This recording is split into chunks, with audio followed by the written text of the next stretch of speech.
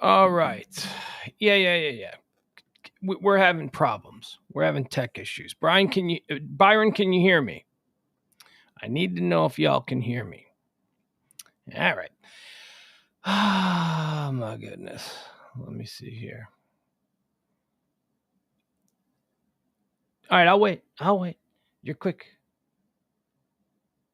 Okay, so you can't hear me. Okay, Al can hear me. Okay, you can hear me. Yeah, there's something going on here. I don't know. There's something weird happening. Here, let's try this before we get officially started. I hate this delay. Why do we have such a delay? Hey, Jeff. Okay. Let's see. See if you guys can hear this stuff, okay? Here. I don't know. I couldn't hear anything coming through the computer. Can you hear this? Let me know if you can hear this. Not me. Can you hear music playing? That's what I'm looking for. Confirmation that this part is working. Because the computer part, not so well. Okay, good. Thank you. Thank you, Byron. All right, now let's try something else. Let's try this. Yeah. Don't even give me the unfortunately. That ain't right. That ain't right. You know that's a good song. You know that John Hinckley has talent. You just refuse. All right, let's see. Tell me, can you hear this? Hold on. All right, I can't hear this. Okay, so this is the problem. For some reason, I can't hear anything coming off this computer. Let's see if we can't figure that out. I don't care about having that certain chemistry. Okay. Hold on, gang. We'll figure it out. Okay. Can't hear that. In here somewhere that they're trying to hide. It's just that they're saying it's and now I figured it out. All right. I had to clean. I apologize to you folks. All right. There we go. We're back to normal. Sorry. I had to clean. I started cleaning around here at like 10:30 and this morning. And so I had to move everything out and I disconnected a cord and I wasn't sure. And things got a little bit wiggy. All right. We can now start in earnest. And by the way, I'm also, this table is so precarious. I lost another screw. I'm down to one screw holding up everything, which means if I'd had more time, I would have done some major reconstruction here at this little desk area. But that'll have to wait till after the show. I think I've got it rigged to a point where we're going to be okay. All right, let's get out of John Hinckley. We don't need that anymore. All right, let me just take. You know what? I should take a picture of how everything is set up. All right, how are y'all? Very good. Does everything seem normal? That, and don't with my head, because honestly, if everything is not normal, I'm just gonna reassemble everything and we'll start the show at 1. But if everything seems normal, then we'll continue. So please let me know in the chat room if you're listening right now. Does everything seem normal the way it typically is? Aside from some fancy new glasses that I got. Look at me, I got some blue ones. Look at this. Yeah. I like my blue glasses. I also got some greenish ones. Everything's normal, Byron. Byron, thank you. In these moments, I trust you. I trust that you're not going to, you're going to mess with me most of the time, but in this moment, you're not going to mess with me, and I appreciate that. All right. Got to be careful about putting my arms the way they are right here. Okay. Sounds fine. Thank you, Kenny. All right. So we're going to move forward. Will the table collapse during the broadcast? Yeah, I would say that the odds are good. The odds are, well, you know what? The odds aren't good because I have secured it. It's not the way it's supposed to be. But you could take a bet. You might want to put a buck or two down on the long shot. It may collapse. You never know. Hell, this whole little Comfort Nest guest studio that I do the show from could collapse into a sinkhole. It might be worth $1 bet. All right, let's get started. Welcome, everybody, to the High Noon Show. I am Pugs Moran. What we do on this show is we cover all the day's hot topics, trends, headlines, current events, pop culture, whatever it is that's happening or being buzzed about in the world at large. We're going to try and give it to you here. This is like a cheat sheet for your day. It's a little bit of this, a little bit of that. We don't do any divisive stuff. We try not to. Today, I had like 4 different things that I thought after a second read, I went, you know what? Why? That this is just so we're not doing that. And what we attempt to do here is just talk about all of the things that we actually have in common, all the things that we can all agree on, all the things that we can say, regardless of how we vote when we go behind that curtain, regardless of what church we pray to on a Sunday morning, or if we don't pray at all in the case of me. I just am attempting here to do the common language of us, the average person, the things that we really care about. That's what this show's about. We do 2 of these every day. We do this one here at noon. It's high noon. It comes on at noon Central Standard Time, Monday through Friday. And then we come back at night for something we call Pillow Talk. That's typically with myself and my partner, James Parker. That's Pugs and Parker proudly present Pillow Talk on the Radio Misfits podcast platform. And, yeah, that's what we do. That comes on at 9, and that's more conversational. This is more content driven. This is more topic driven. This is about current events and getting you all prepped up. The nighttime show, a little more dumb, a little more stupid. Tonight, Kelly's joining us, my former radio partner, Kelly Moore. It's Kelly Moore Mondays on Pugs and Parker proudly present Pillow Talk on the Radio Misfits podcast platform. Take a breath and let's begin. All right, let's get into what today is. Today, it is high noon. Not really. It's actually 12:13 p.m. Central Standard Time on the 16th day of May, year of our Lord 2022. It is the 136th day of the calendar year. There are 229 more days remaining. What is today? We like to check out, first of all, on what is today. We check the National Day of calendar to see what kind of day. It's the National Day of Kumquats, or, whatever. That's typically what we do. And I just freeballed the kumquat line. But if you know, it could be Kumquat Day. I don't know. I haven't looked at this yet. It's National Honor Our LGBT Elders Day. Okay. All right. So honor old gay people, old gay, lesbian. Yeah, they keep adding letters to this. This one, apparently Q. Apparently we don't care about the Qs in this one because it's LGBT. Isn't it LGBTQB? It's like a whole bunch of letters.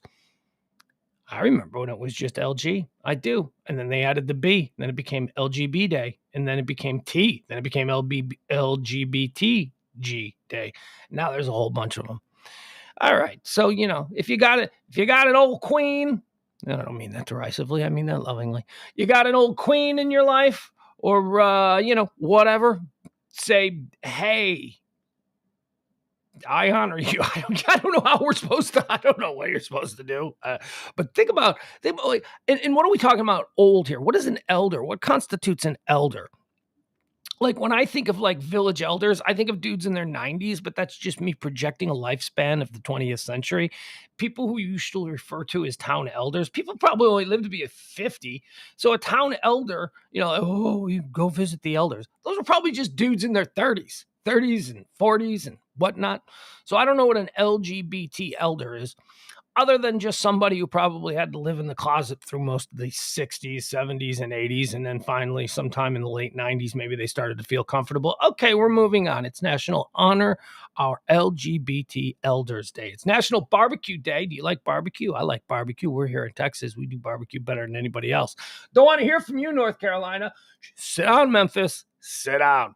Although, I have to say, here in Texas barbecue is predominantly beef driven. It's cow driven. And I come from a city that has benefited greatly from the Great Migration. So we have pork barbecue where I grew up. Yeah, I grew up thinking that barbecue ribs were just pork ribs, and you get a slab of ribs. The first time, about 20 years ago, more than 20 years ago now, first time I ever had real Texas barbecue, I went to a Texas barbecue restaurant, and I'm sitting down, and I saw they had ribs. I'm like, I want ribs. And then so I tried to order a slab of ribs. They were like, what? What do you mean you want a slab of ribs? Because, a slab of ribs from a cow is a little bit different than what I was used to. I'm used to a pig rib. I'm used to a slab of ribs from a pig.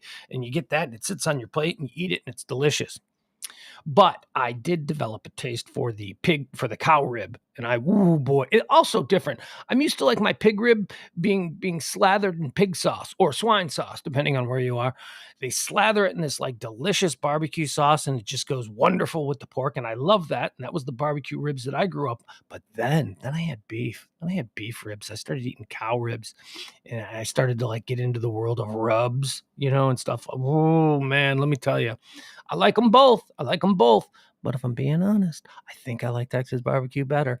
There you go. I just admitted it. Raised on pig rib, raised on pork barbecue. I think I like cow barbecue better. I do. You know what I appreciate about cow barbecue? It's like a steak on a stick. Seriously, if you get a good leg rib, it's like a steak on a stick. It's like a steak that you don't need utensils for. You just chew it. So happy National Barbecue Day. Go out and get yourself some barbecue. What's the best barbecue? Oh God, I don't know. I have no idea. Chat room, what's the best barbecue here in the North Texas area? I have no idea. Pecan Lodge. I used to love Pecan Lodge, but I don't know if that's any good anymore. Well, I'm sure it's still good. Barbecue in Texas is a lot like ice cream. Even when it's bad, it's good. Even when it's bad, it's still really good. You don't get any like real straggler barbecue. See, Al says, Himes. I think, are you saying Hames or, I don't know. Adam's making some kind of racist judgment about maybe the color of the people that go to the Pecan Lodge. I ain't for that. I always thought you were a bit more progressive than that, Adam. Apparently, Adam doesn't like Pecan Lodge anymore because of blacks. I don't get it. I don't know. Al likes Magnolia. There's a place right over here in the Highland Park area. It's just across from Love Field. Isn't it Heinz? Heinz? Is that the same one that Al was talking about? I don't know. Anyway, I'm sticking with Pecan Lodge. That's all I can tell you. That was my favorite years ago. Haven't been back. Lockhart's. I've heard about Lockhart's, JBM. I hear that place is good. Dustin likes Hurtado's. Okay, I don't know that. 1050 says Brady Moore. See, this is the thing. This is the thing about Texas barbecue. There's a million of them. You ask someone in Texas, what's the best barbecue? Ask 10 people, you'll get 10 different answers. It's exactly like pizza where I come from. You ask 10 people what the best pizza is in Chicago, and you'll get 10 different answers. That means the quality is pretty good through and through. Railhead, Al says, is overrated.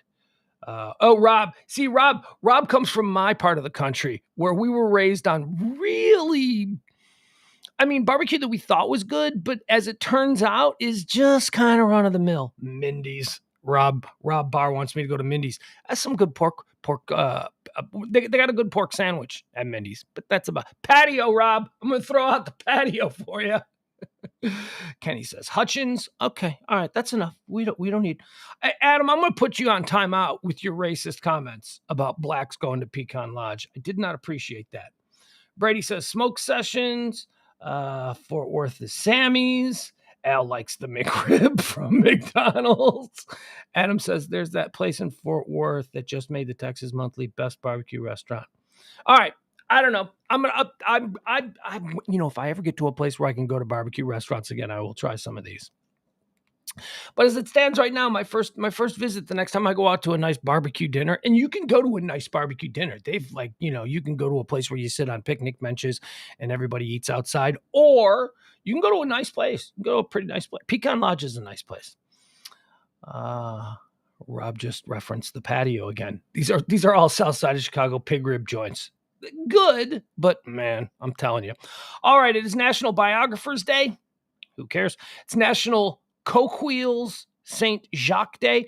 Can't even pronounce it. Won't spend any more time than that on it. It's National Do Something Good for Your Neighbor Day. Unless your neighbor's an a-hole, then don't do something good for him. You don't need to encourage it. But if you have a good relationship with your neighbor, and boy, isn't that important? You got to go out of your way to be, because there's nothing worse than living next to an a-hole. Oh my God. This is where you come home to escape the a-holes, and suddenly you're sharing a fence line with them. Oh God. It's National Love a Tree Day. If that's your thing, man, whatever. I don't judge. And it's National Mimosa Day. I like a mimosa. Wait a second. Do I? What's a mimosa? Is a mimosa orange juice and champagne? Is that what a mimosa is? It's the thing that fancy ladies get drunk on at like noon on a Sunday. Isn't that what a mimosa is? Whatever it is, I like. Or is it peach? Or is that a Bellini? What's the difference between I don't know. I like them both. I like champagne. I really like champagne. It's National Sea Monkey Day. National Sea Monkey Day also. What is a sea monkey? Are sea monkeys real? Are they real, or is it just some kind of chemical reaction that makes it look like they're, I don't know. I don't know, man. Okay. Jeff says a mimosa is either a drink or a trash tree. That's good. We should investigate whether they're talking about the drink or the trash tree, but we won't because we're just going to say it's the drink because who cares about the trash tree? Let's go through some of the history of today, the 16th day of May. What happened on this day? Not a whole lot. Not a whole lot. This is really not a big day throughout history. On this day in 1866, I had to go all the way back to the 1800s. Typically, I don't do that unless it's a truly big event. On this day in 1866, the United States Congress establishes the nickel. The nickel.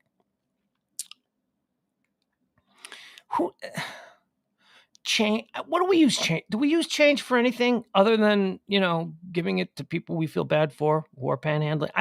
What do we do with change? Nickels. So 5% of a dollar.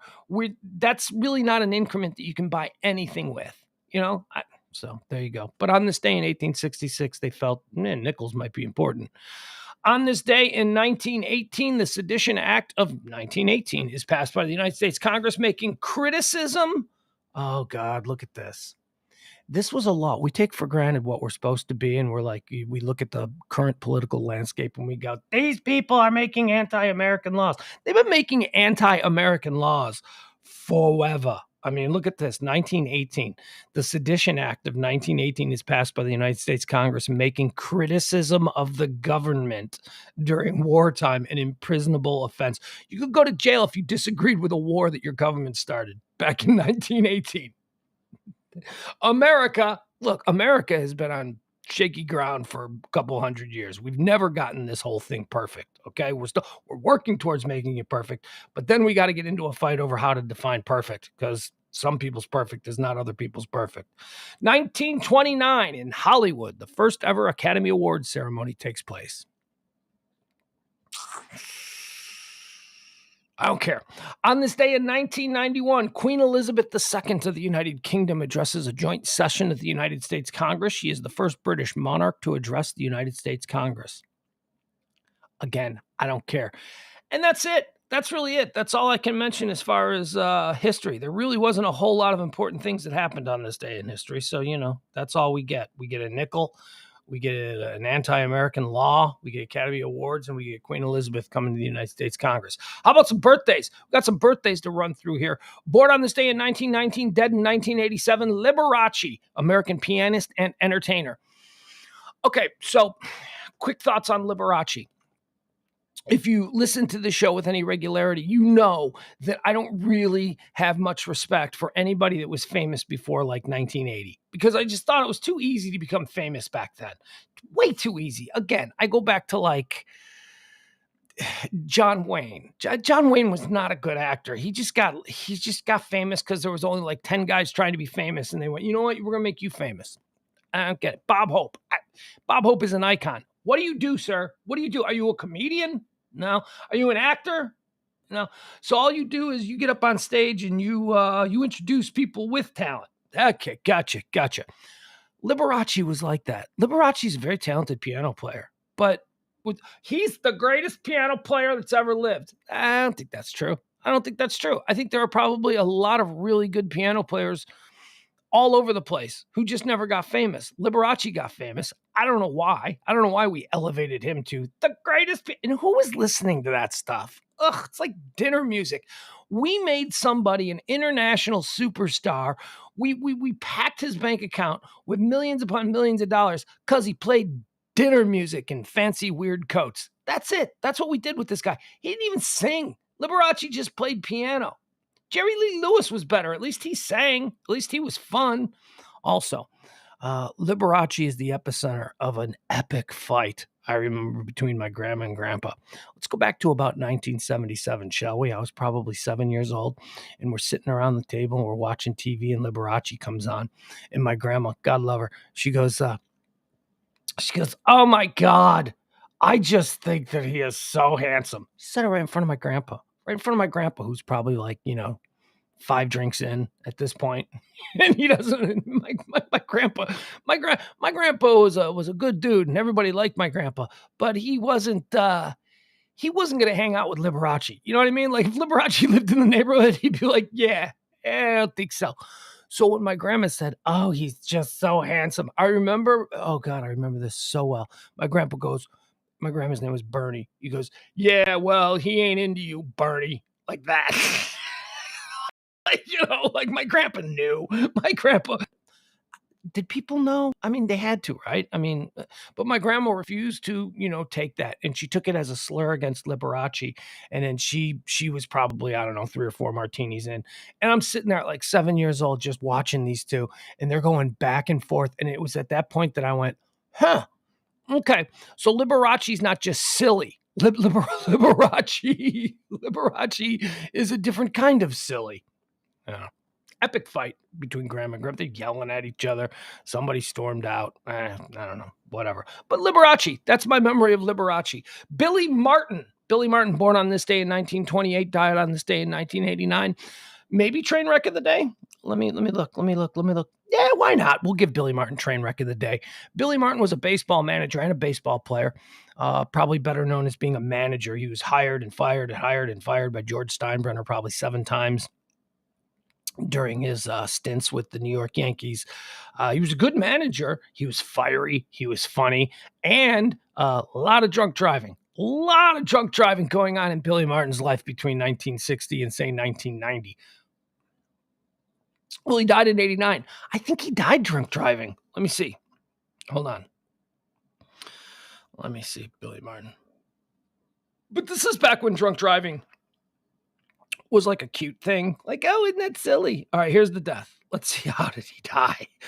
Martin was still a special consultant to Steinbrenner and the Yankees when he was killed in a low-speed single-vehicle accident on Christmas Day, 1989. I shouldn't laugh, but I gotta believe he was drunk. His vehicle ran into a drainage culvert near the entrance of the driveway to his farm in Port Crane, north of Binghamton, New York. He was pronounced dead at a hospital. Also present in the vehicle that night was Martin's friend, Bill Reedy, who had been drinking with Martin at a local bar. There you go. Billy Martin, train wreck of the day. Say no more. Just say no more. We don't have to look anymore. He was,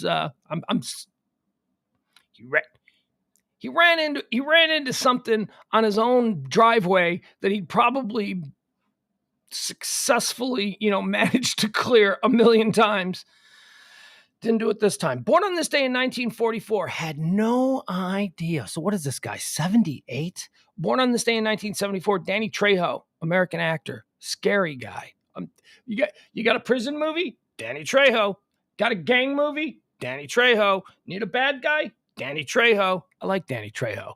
Danny Trejo is 78 years old. Now, if you listen to the Pillow Talk show, I am going to ask... First, I will tell James that Danny Trejo is 78 years old today. And then I will ask James, do you think you can take Danny Trejo? And James, because he's 78 years old, will inevitably... Remember, James thinks he can beat up Chuck Norris. He believes he can beat up every woman who is alive today. Every woman! Just like, okay, that's a bizarre fantasy, but whatever. So I'll ask him about Danny Trejo. I bet he thinks he can take Danny Trejo, 78 years old. And, here's what I'll tell him. I'll be like, dude, you might be physically stronger and more nimble than a 78-year-old guy. Because James isn't small, but he's not like big, scary giant, but he's tall. And, he's in good shape. So, what I don't think James understands is that people who fight and that people who know how to fight will always be able to beat somebody who doesn't fight much and doesn't know how to fight. Because what'll happen is James and Danny Trejo will square up against each other, and it'll be like, okay, you guys are going to fight. And then James will say something like, yeah, so, I don't want to do this. I don't even want to fight. And while he's saying that, Danny Trejo will punch him in the windpipe and collapse his throat. That's it. That people who know how to fight, Danny Trejo knows he's 78 years old. He's going to use the wiles of whatever he needs. He's a bad man. You don't want to fight a bad man. I don't care how old he is. Same with Chuck Norris. I always say, while you're standing there going, oh, I don't know, should I throw the first punch? Chuck Norris will knock you unconscious. He'll hit you with a hinge jab. He'll get you right here, right in the hinge, while you're going, I don't want to hit this guy. And he will knock you to the ground. You will be out. And then while you're out, he will take his walker and he will beat you to death with it. Danny Trejo, happy birthday. Look forward to that fight with James Parker. Born on this day was he Bond? He should have been Bond. Pierce Brosnan. Pierce Brosnan was born on this day in 1953. Pierce Brosnan is a good dude. I like Pierce Brosnan. I like him in everything. He was supposed to have been the James Bond that replaced Roger Moore back in the 80s.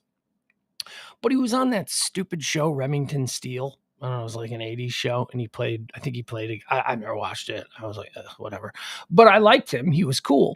And they wouldn't let him out of the stupid TV contract to go make the movie. Like, he was like, well, I'll come back. I'll be Remington Steele. Like, no, I know this is like the biggest break ever, but you can't be James Bond. And he's like, but I was born to play Bond. Pierce Brosnan was born to play like 1960s, 70s, 80s Bond. Now, I don't know. Now, whenever they talk about a new Bond, I think Idris Elba would be really cool as Bond. I think that'd be awesome. But, Pierce Brosnan, happy birthday, born on this day in 1953. Oh, you know what else Pierce Brosnan did that I have a whole lot of respect for? So he married like a model back in the 1980s.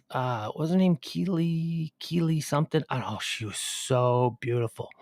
And they got married and they had a bunch of kids. And I want to say that she got really sick. And she also gained a lot of weight. Like she became a very heavy set woman, very heavy set. And Pierce Brosnan was still Pierce Brosnan. Pierce Brosnan was like 60 years old. He's like, yeah, I'm very handsome. He was still Pierce Brosnan. And he, he didn't do like that douchebag actor thing where he just ditches his wife because she got heavy and sick. No, he stayed with her. And I don't know. I always respected that. I was like, oh my God, look at that. Good for him.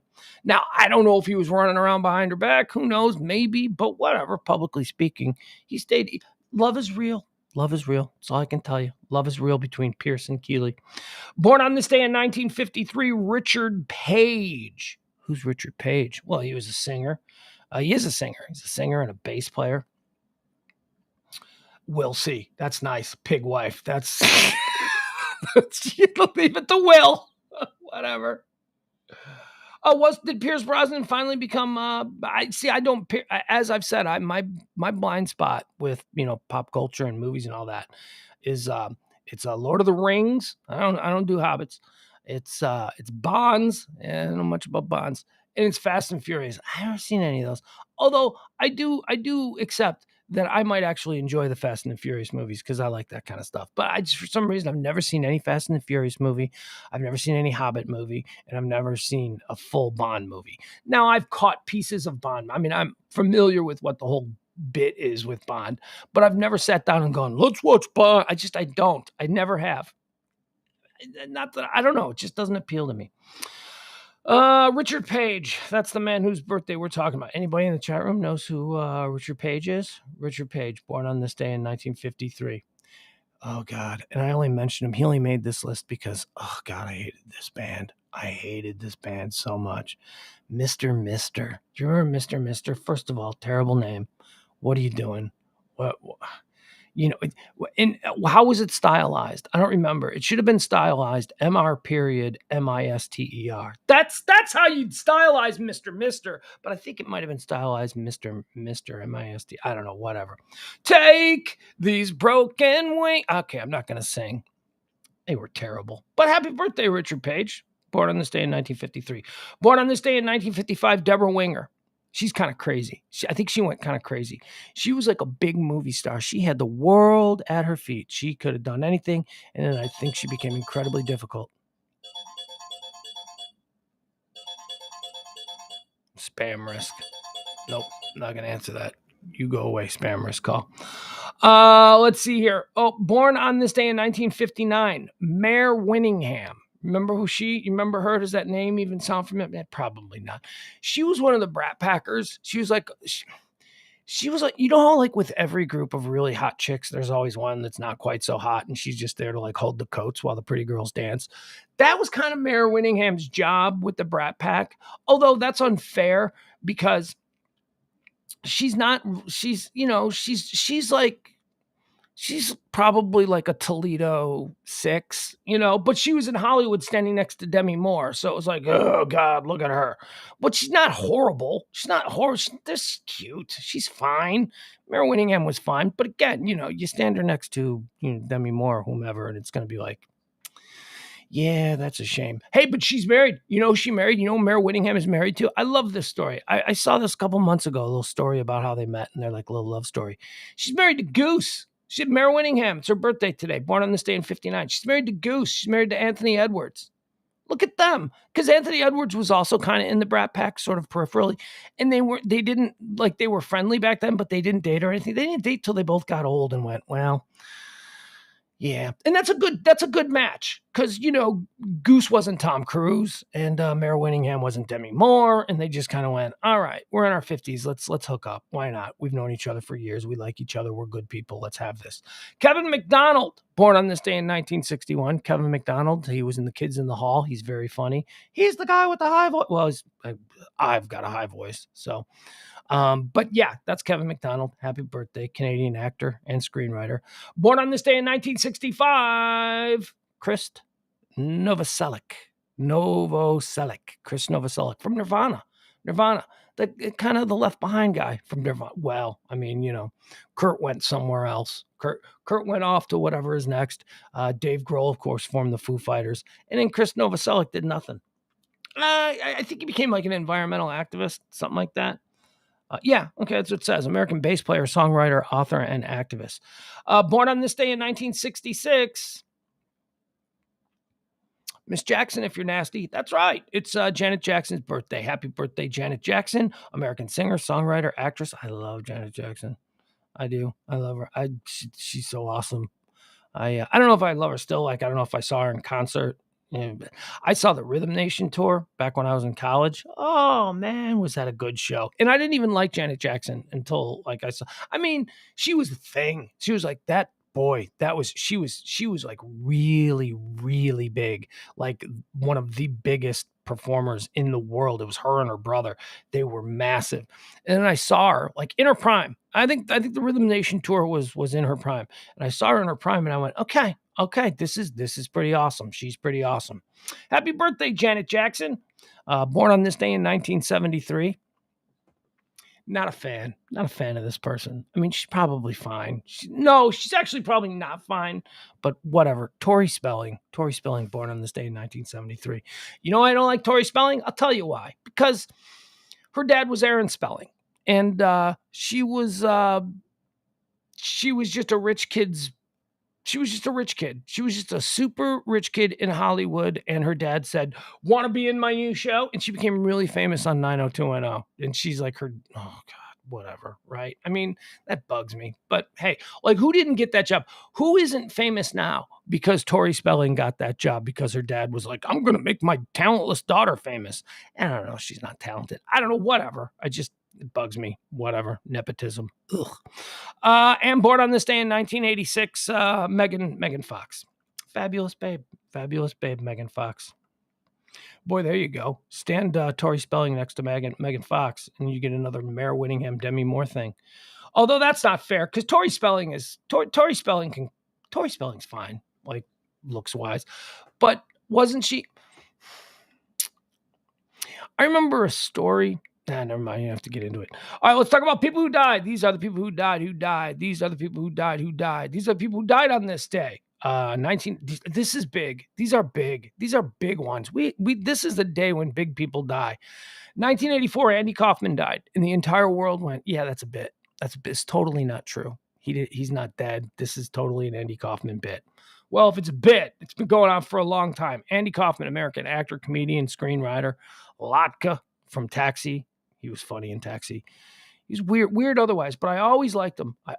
Even as a little kid, I was always like really interested in what he was doing because he may have not been like the traditional comedian, but he was doing some weird stuff. He had a talk show that was on PBS. It was the craziest. If you ever get an opportunity to see any of the Andy Kaufman talk show, crazy. I'll give you an example of something that he did that when I was like 15, probably even younger than that, 12, that I just thought was the funniest thing in the world. So there's a thing in talk shows where the guests or the host desk is always just a couple inches higher up than the guests, where the guests sit. So Johnny Carson famously had this. David Letterman famously had this. Where so it gives like a sense of authority to the interviewer, so that the guy at the desk should be the one that your attention is on. But they believe that if the desk that the interviewer was sitting on was just a couple of inches higher up and looking down on the guest, then that's why you get a lot of this. You get a lot of like guests talking to hosts. In Andy Kaufman's talk show, his desk was on top of like a 20-foot podium. Like the people were sitting way down, and he would yell down to him in an interview, which is very funny. And I was like probably 10, 11, 12 years old. I thought that was the funniest thing, that he would climb up this ladder and then he'd sit on top of this desk that was way up in the sky. Andy Kaufman, dead on this day in 1984. Dead on this day in 1990, Sammy Davis Jr. Sammy Davis Jr. died on this day in 1990. For generations of Americans, he was the only acceptable black man to appear on television. I'm not kidding you. I'm not. I mean, there were some other people, but I don't know if they were acceptable. Like Muhammad Ali could be on TV, but he wasn't acceptable. Because there's a lot of people that didn't like him.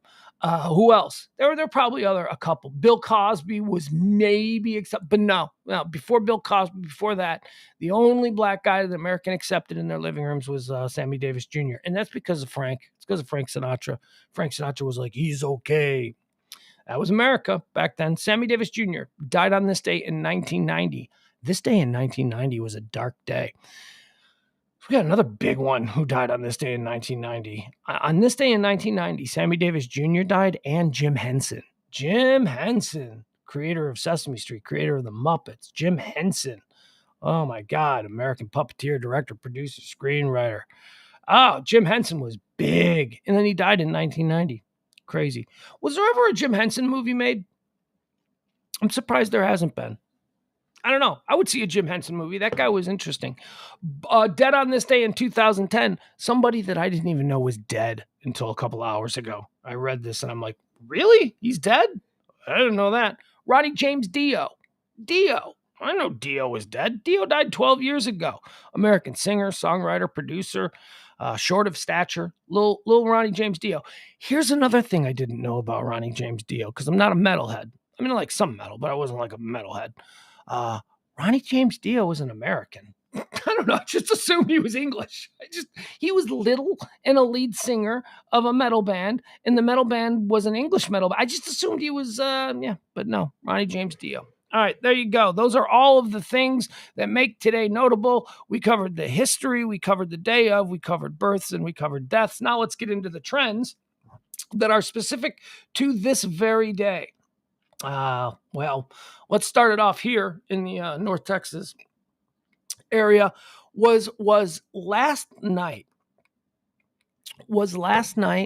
because I saw a debate on this on the Twitters. Was last night like the biggest single sports evening in Dallas-Fort Worth history? Was it? You had 2 Game 7s. You had a Game 7 between the Dallas Stars and the Calgary Flames in the NHL, and that came on about 9 o'clock last night. And then you had a Game 7 between the Dallas Mavericks and the Phoenix Suns. Both were road games. Both were Game 7 road games. Boy, I got to tell you. First, let's deal with the bad. I always go with the bad news first, because then the good news makes everything okay. The Stars lost. Stars lost in overtime. Amazing night of hockey last night. If you like hockey, the New York Rangers and the Pittsburgh Penguins both went into overtime. The Rangers won it in overtime, and then I don't know what time, about midnight last night, I think. Finally, the overtime between the Flames and the Mavericks, Flames and the Stars. Okay, so the Stars go home. So the Stars lost. But how about the Mavericks? I am telling you. Oh, my God. The Luka show. His name is Luka. I don't listen to a lot of local sports radio. I have to imagine that there's been a whole bunch of Luka parody songs. The Suzanne Vega song. His name is Luka. He lives on the 2nd floor. Because that was like the only time I'd ever even heard the name Luka, until Luka Doncic. And then, now there's only one Luka. He 27 points. He had 27. The Suns had 20. It was the crate. I mean, I know everybody watched the game. I'm going to be honest with you. I stopped watching at halftime. I stopped watching that game at halftime when the Mavs were up by what, 20 something points, 30 points at halftime, I think. I don't know. It was ridiculous. And then I just said, yeah, I got to do laundry. I was like waiting to do laundry. I had to do all my kids' laundry because he was with me. And I'm like, all right, I'm going to wait. I want to watch the Mavs. It was ridiculous.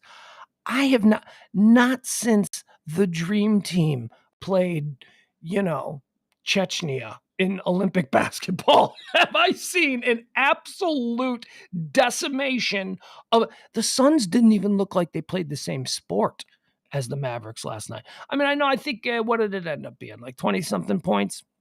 I don't know. Whatever. It was over 40 at one point. The Mavs were winning by 40 points.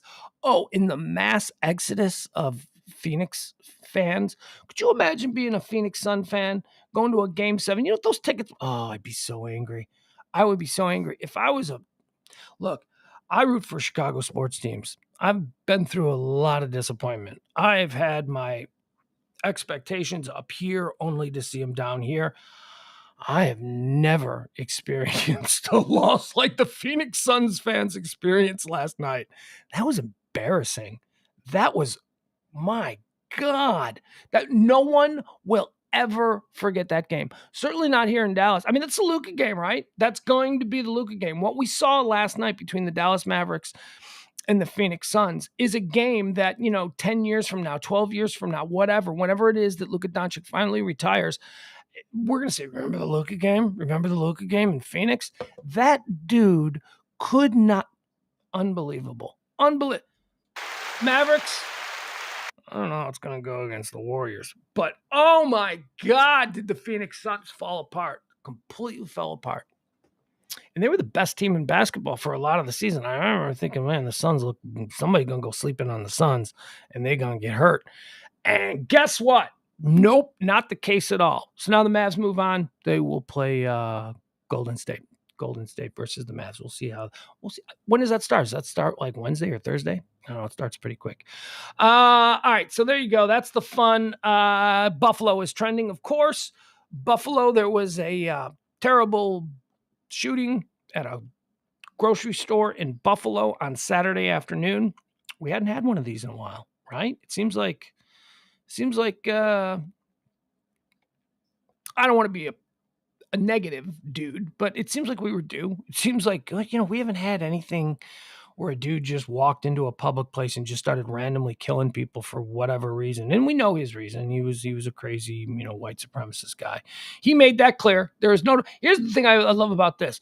There is no debate over why this guy did it. He wrote it all down. He live streamed it. He told everybody he had the N-word written on his gun. He was 18 years old, this idiot. And don't even, guys, why even mention his name? 18-year-old moron drives like 200 miles to Buffalo from his home in rural New York. And he just specifically drove to a black neighborhood that he researched as having the highest density of African Americans in the state of New York, which really, have you ever been to the Bronx? But okay. So he drives to Buffalo and he just starts killing people on a Saturday afternoon at a grocery store, killed 10 people, wounded some others. He was taken into custody. He had plans to go marching through the neighborhood. After the grocery store, he was going to go to the grocery store and then he was going to go through the neighborhood and start killing people. Yeah, I mean, a lot of times when these things happen, we are like, well, why did he do it? Oh, he's a Trump guy. Whoa, he was an Antifa guy. No. This one, there's no, eliminating the politics from it, because I don't know that he'd stated his political, ideology or anything, other than the fact that he believed in something called white replacement theory, which is just whatever. He's a piece of shit. Hopefully he's going to die in prison.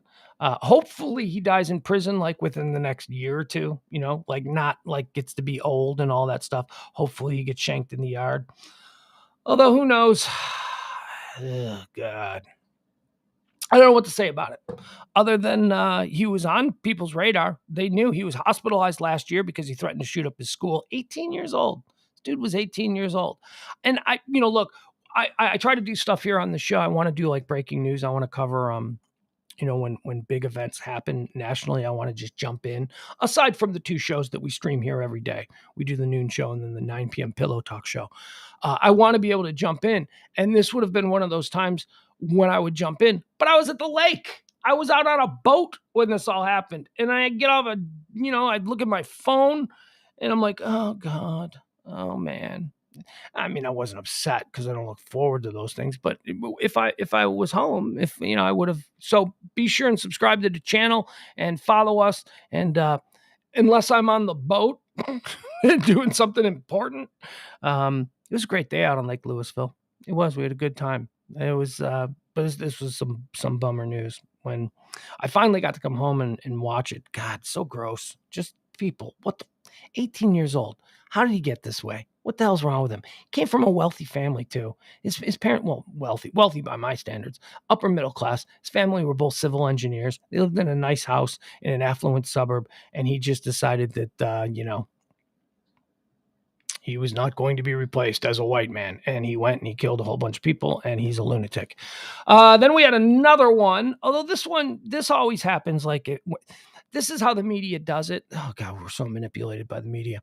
Let's say there's a big plane crash. Okay, so there'll be a plane crash, and then for the next 3 days, every little plane incident will get reported. And I don't mean to minimize this second thing that's trending here, but it wasn't quite the same thing as the Buffalo thing, but they tried to treat it like it was. And Laguna Woods in Orange County, someone walked into a church there. A Taiwanese congregation was meeting. They were in a banquet room. They were having a celebration for a former pastor, and some dude walked in and killed one person, shot a bunch of other people.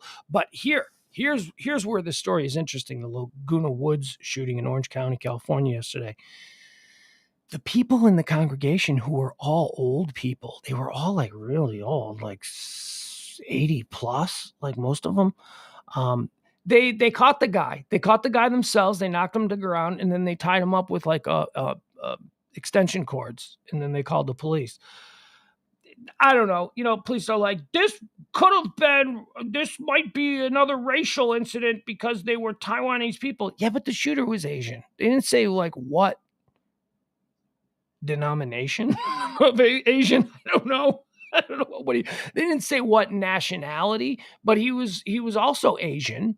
And, they're not all the same. No, I know. And there's a whole bunch of Chinese hate Japanese and North Koreans hate South Koreans. Well, you know what I mean? I mean, there are variants within the Asian population of Earth. They tribalism is tribalism.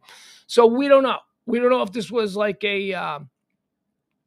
don't know what could be, a Filipino guy who went into a Thai church and killed a bunch of Taiwanese. I guess Taiwanese and Thai are not the same thing, right? One's from Thailand, whatever. It's very confusing. So we don't know. So we'll see. All right. Also trending today, NATO is trending. NATO prepares to add Finland and Sweden to its northern defenses. This has Russia going a little bit nuts. They don't like this idea. Finland and Sweden have both voted within their parliaments to join NATO, which, I would have thought they were already in NATO, but we've been covering this story for a few weeks. It's official. They're joining NATO. Russia doesn't like it. And, that's it. There you go. NATO getting bigger and better and stronger. And now we're shoring up the northern side of the North Atlantic Treaty Organization. Russia is trending. Russia is trending because, one, they're very upset about Sweden and Finland joining NATO. Russia is also trending because, according to British defense intelligence, Russia has lost around 1/3 of the ground forces that they had initially deployed into the Ukraine, and its offensive in the Donbas region has lost momentum and fallen significantly behind schedule. This is big because in the early days of the war, the Donbas region was all but given up for dead. The Russians went in there. That's the far eastern section that's closest to the Crimean Peninsula, where they already sort of controlled most of everyday life there. And the Donbas region was just sort of inching closer into what I guess I'll call, for the sake of this conversation, mainland Ukraine. And so, Mariupol and, all of that stuff, that's the Donbas region. And basically the rest of the world was like, yeah, you know what? Okay, so let's just give up that portion and let's focus on keeping them out of Kiev and keeping them out of the West. Well, the people of the Ukraine had a different idea on that. The Ukrainian people of the Donbass were like, yeah, nope, not going to do it. We're going to fight back. And they're starting to pull that whole area back. 1/3, excuse me, 1/3 of the ground forces that were initially brought into the Ukraine, the invading force, is gone. This according to British intelligence. Despite small-scale initial advances, Russia has failed to achieve substantial territorial gains over the past month, while sustaining consistently high levels of attrition. This according to the British Defense Ministry. People in the Ukraine, the Ukrainian defense officials were crowing over the weekend. They're saying this can be over by Christmas. And I'm like, that long? I guess wars do go on for years, but Ukraine's like, this will be over by Christmas. There's no way. We are holding our own. We are not breaking. We're bending, but we're not breaking. And they are just losing the will to fight. The Russians are just sustaining far more resistance than they ever thought. Mother Russia thought they were just going to come in and roll. And apparently the Ukrainian people are like, we can take a lot of shit. We're going to take a lot of shit and we're going to outlast you because we can take it. You're going to get tired of giving it, and we're going to give it back a little bit, and that's going to really start to F with you. And over by Christmas, that's what they're saying, over by Christmas. Forney is trending. Forney here in the North Texas, Dallas area. This story is trending today. Not only locally, the story is trending nationally. Let's see this. So here's the deal with the Forney story. Did you see this on the news? Did you see this? I didn't. I don't watch local news, but it was trending, and it was trending nationally. Let's see if we can bring this up. All right. Hold on. It's loading. Yeah. All right. Get rid of this. Okay. Here, let me tell you the story. So, oh God, here we go. We got racial tensions in 40. So, black family has a little girl, 9-year-old girl, and there's a white family that lives next door, and they got a little boy. Apparently, this little boy and this little girl have some issues. A doorbell camera captured a young boy walking up to a family house in Forney and hitting their front door with a whip last week. Yeah, I don't struggle with nerve aches, and I hate pop-ups. A doorbell camera captured a young boy walking up to a family's house in Forney and hitting their front door with a whip last week, and the video got widespread attention over the weekend. Authorities said the boy's intentions were to confront... All right, now we got to pause that. Authorities said the boy's intentions were to confront a classmate and that there has been a, quote, bullying issue between the two children. They don't say who the bully is. But I'm guessing that the bully is the one who showed up at the front door with a whip. So I'm just saying there's a little black girl and then there's a little boy who shows up on the front porch with a whip. They only describe the details as a bullying situation between the two. I'm just going to say I'm guessing that it's the little white boy who was bullying the little black girl. I shouldn't make that jump, but, context clues being what they are, that's what I've come down on. I might be wrong. The family of the girl, who is black, called the incident with the boy, who is white, a racial issue. We know the history of the whip, said the girl's father, Desaria Nash. This is a racial issue. He comes to the door with a whip. No one was injured during the Thursday incident, but the boy's father, okay, so this is where it gets crazy. The boy's dad was later arrested after his gun accidentally discharged while he argued with the girl's family. Okay, so the boy comes to the front door with the whip, whips the front door. The mom of the little black girl comes to the door and she's like, little boy, get off my porch. What's the matter with you? Okay. Dad comes home, dad of the black family. Just so that we can have this conversation. Black dad comes home from work. Mom is like, you won't believe, look at this video. And they show him the ring video. Look at what happened. So, of course, black dad goes, oh, all right, I got to go talk this out. So black dad walks over to the neighbor's house with a little boy with the whip.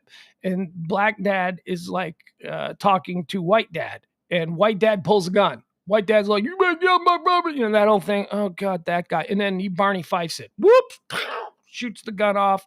Cops come, arrest the white dad. Here, we got the whole story. Let's watch the whole story. Now that I have given you the context on what this ridiculous situation is all about, let's watch it, and we'll see how this plays. Here we go.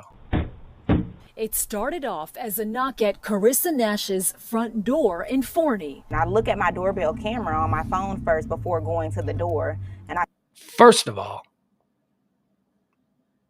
good on you, Mom. Good on you. That's a good-looking mom. It's a little kid. Mom's hot. That little kid is her 9-year-old neighbor with the whip in hand. What kind of kid does it? What kind of kid thinks it's all right to go to the neighbor's house where grown men behave this way?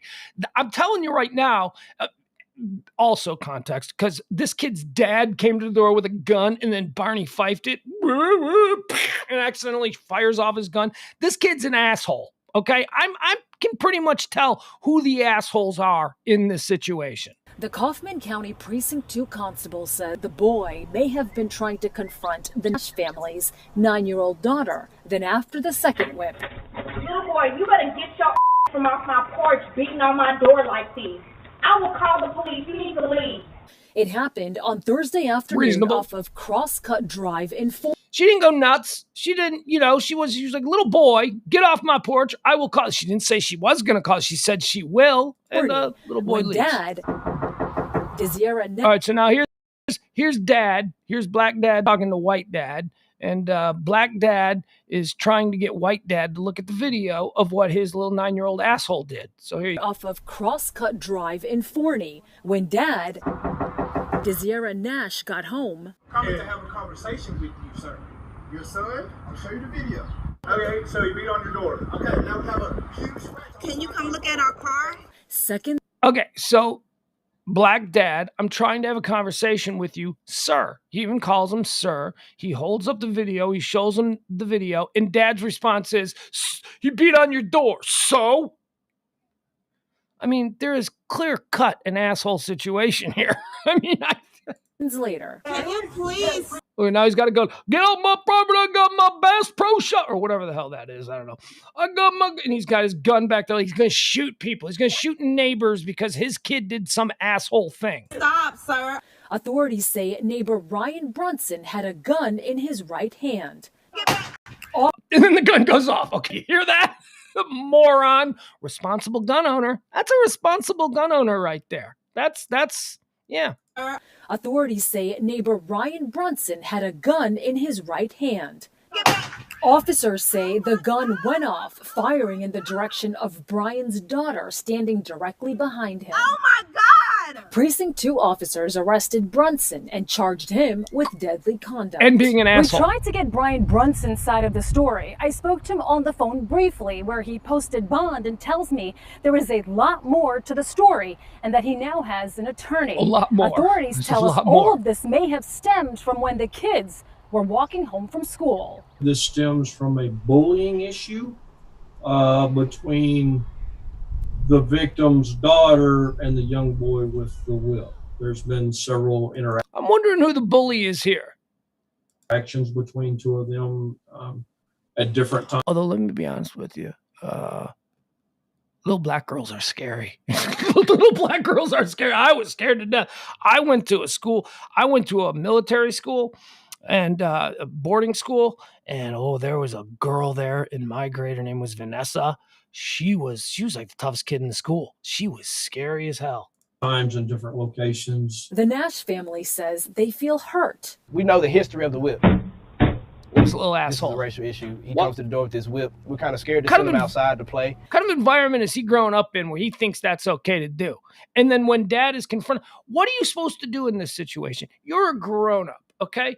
These are the kids. All right, so the kid's an asshole. Kids do stupid shit. He's got a lifetime of therapy. He can work through it. Let's get him some help, whatever, because this is an asshole move. All right. What are you supposed to do? Well, as I think a reasonable, mature adult, you go, okay, I'm going to walk next door And I'm going to talk to the dad. Maybe we can get to the bottom of this before anything happens. But then dad is a fucking idiot. Then dad shows up at the front door. So what? He knocked on your door. Like a fucking idiot. Seriously. And he's got a gun. Get off my property. And then the gun. Responsible gun owner. By the way, let me tell you about responsible gun owners. They're all responsible until the day they're not. That's the problem. That's the catch-22 with the whole, I'm a responsible gun until you're not. Until the one day you're not. We don't give guns out to irresponsible gun owners, guys that just kill people randomly. They don't get to keep their guns. Those people have proven that they're not. But until you do something wrong, everybody is a responsible gun owner. In Forney, I'm Molly Basu. Jeez Louise. All right, that's why Forney is... That's why that's happening in Forney. Every little asshole kid in the world has an asshole parent, and it's almost always the dad. There's almost always an asshole dad that is the reason for the behavior of the asshole kid. Yeah, they are. Byron, you're absolutely right. People are trash in every town. There is trash everywhere. This isn't like something this is just a Forney situation. People are absolute trash everywhere they go. The thing that really bothers me here is that we actually see the video and we see one side doing what is thought to be the reasonable, responsible, mature thing, which is if there's a problem between kids, and if one of the kids shows up at your front door with a whip demanding, to see the little kid, you as a grown-up, as a mature parent, you then talk to, not confront. You walk over, you knock on the door. Hey man, can we talk about this? We got a situation. Let's hash this out, you and me, before this goes any further. And that looked, by the video that we just watched, to be what the family of the little black girl was doing. That looked like he called him sir, and he said, please just look at the video, sir. And the response that he received was, so what? I mean, how do you work with that? So what? I got a gun. And he's got his hand behind it. I mean, come on, man. Come on. Good Lord. I mean, there's obviously an asshole in that situation.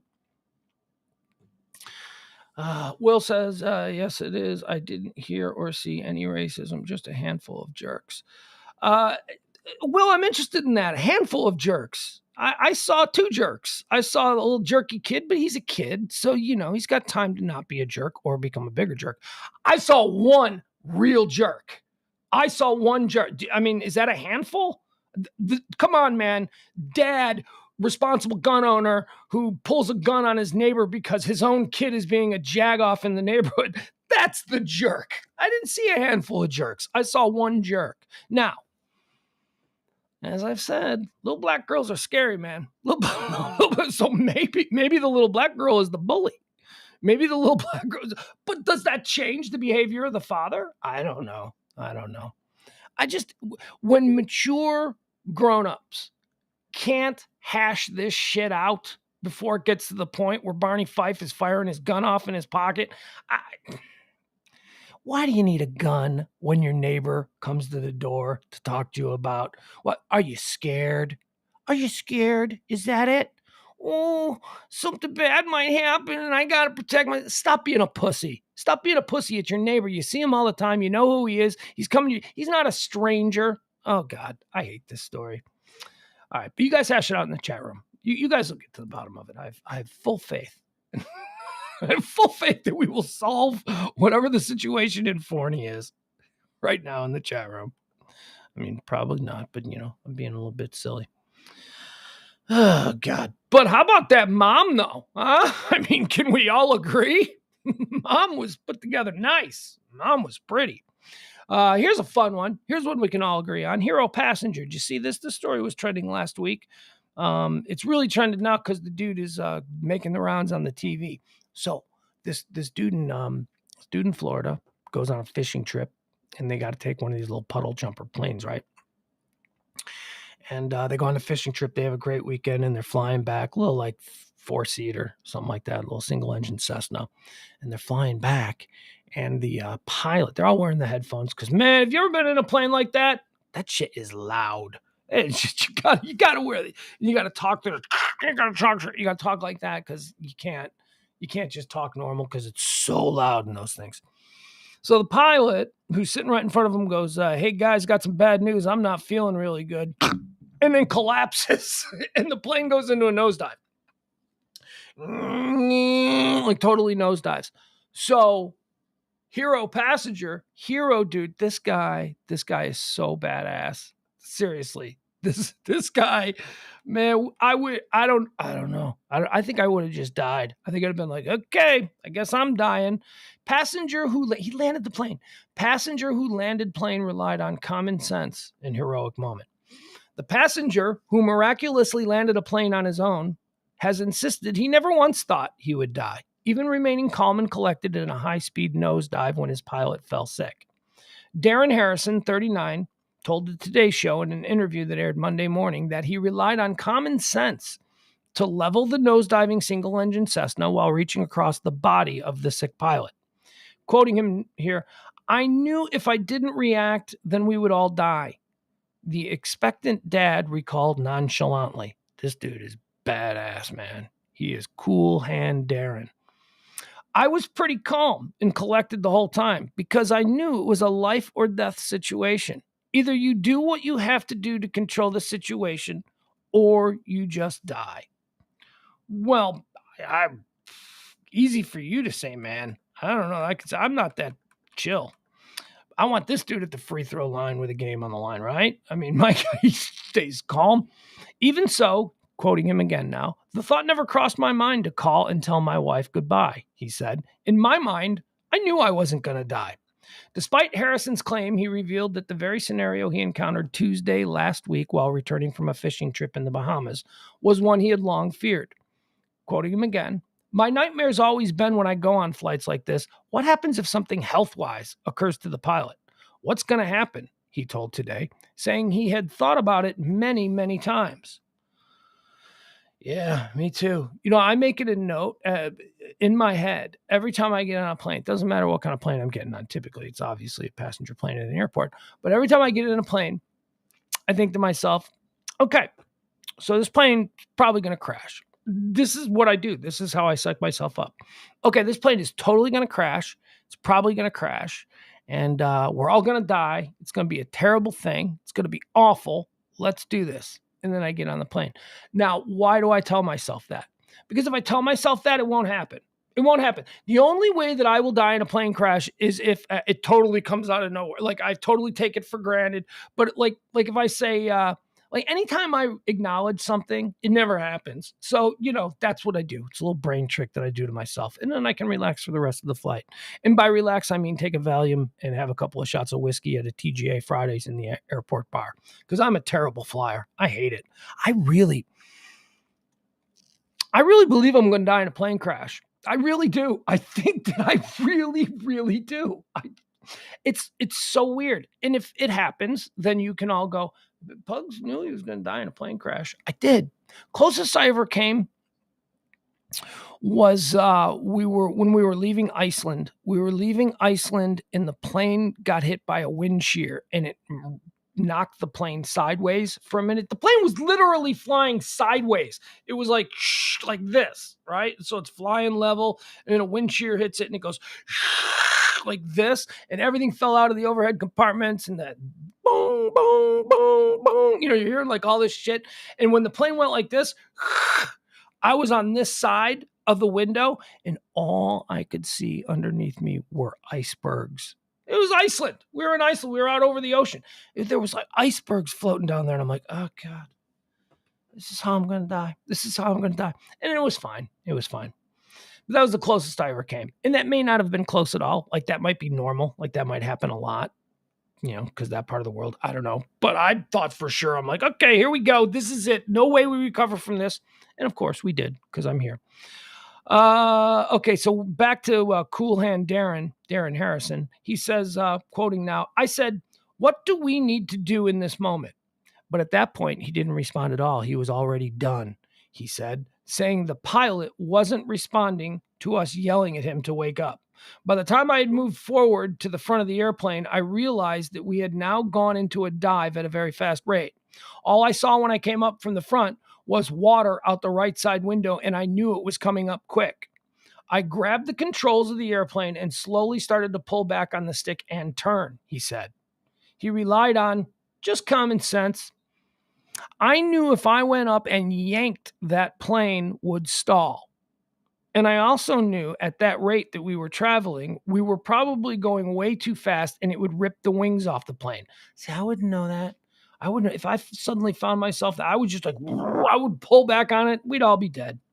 Anyway, this dude is awesome. Darren Harrison. He is badass of the day. Cool hand Darren Harrison of Florida. McDonald's is trending. I'm loving it. I love McDonald's. I do. I will not have McDonald's slander on this show. We my great belief is that people always discount McDonald's. Like, the best burgers are, and then they someplace that, oh, shut up. We take McDonald's for granted because it's everywhere. It's always been everywhere. It's always been an option. And because it's always been an option, it is not special in any way, shape, or form for any of us. But let's change that. McDonald's is awesome. I love everything about McDonald's. McDonald's has announced that it is selling 100% of its Russian branches in response to the ongoing war in Ukraine. The fast food giant, which first opened in Russia 30 years ago as the Soviet Union crumbled, has 847 stores in the country, employing some 62,000 people. They've announced that they will not be returning. See, what McDonald's pulled out like at the start of the war, they said, we're closing all our stores. We ain't get this. These people are nuts. We ain't dealing with them. We ain't going to make any more money off these nutty people. And now today, McDonald's has said, we're not going back. That's it. No more Big Macs for you. No more Big Macs for the people in Russia. McDonald's is pulled out of Russia. 847 stores now closed. The Cannes Film Festival is trending. Cannes is trending. Here, I'm going to run through these. So what is the Cannes, or do you say Cannes? I don't know. What are you, a pretentious ass? It looks like Cannes to me. Kannes. No, it's Cannes. Stop being pretentious.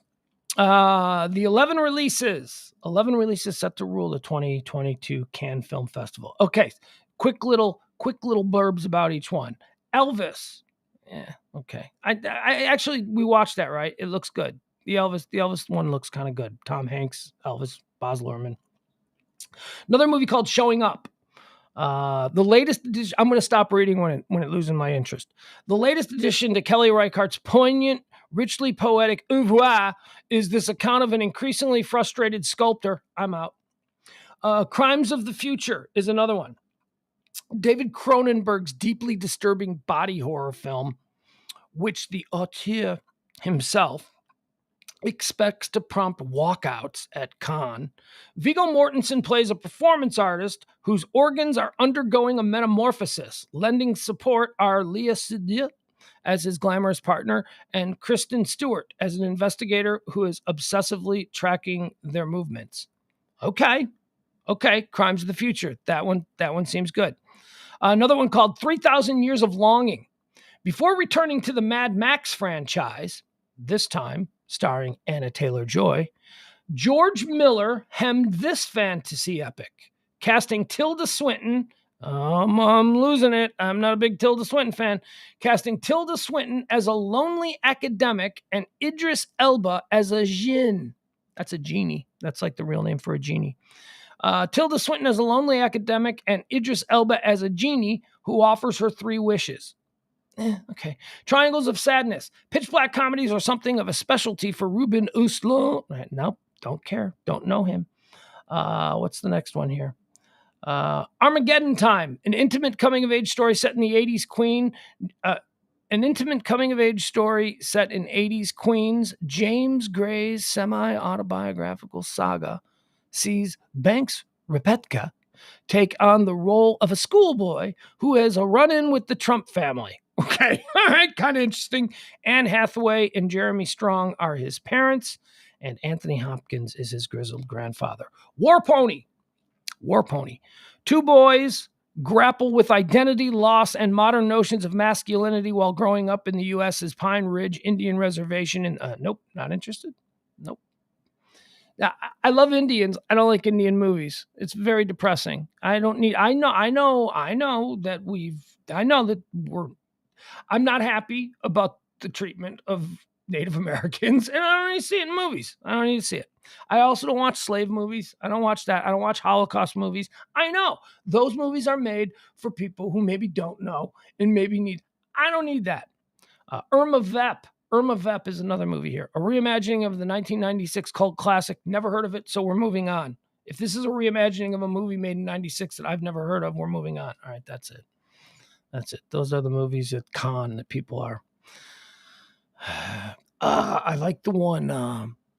I like the David Cronenberg one.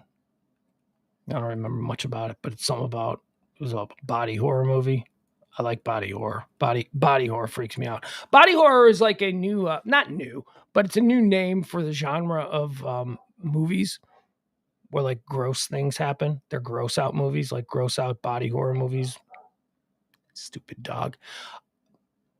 That dog doesn't. I got to go into a run here of stories that I really want to get into. And if that dog doesn't shut the F up, I'm going to have to take a break and get her.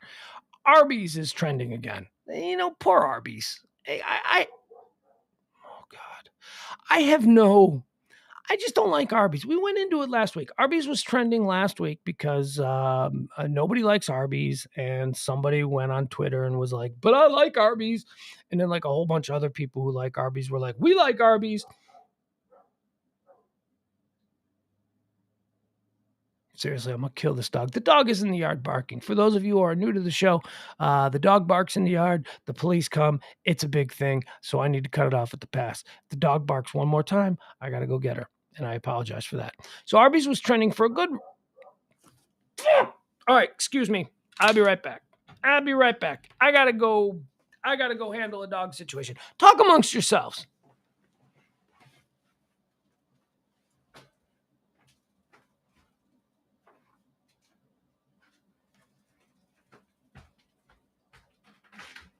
Get in here.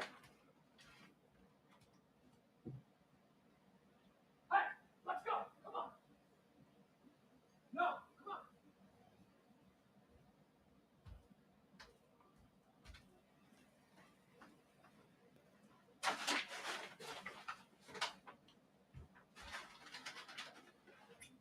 Sit up.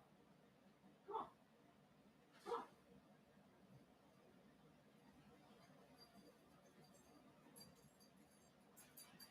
Here. Here. Right here. Hey, stupid, right here. Eat them.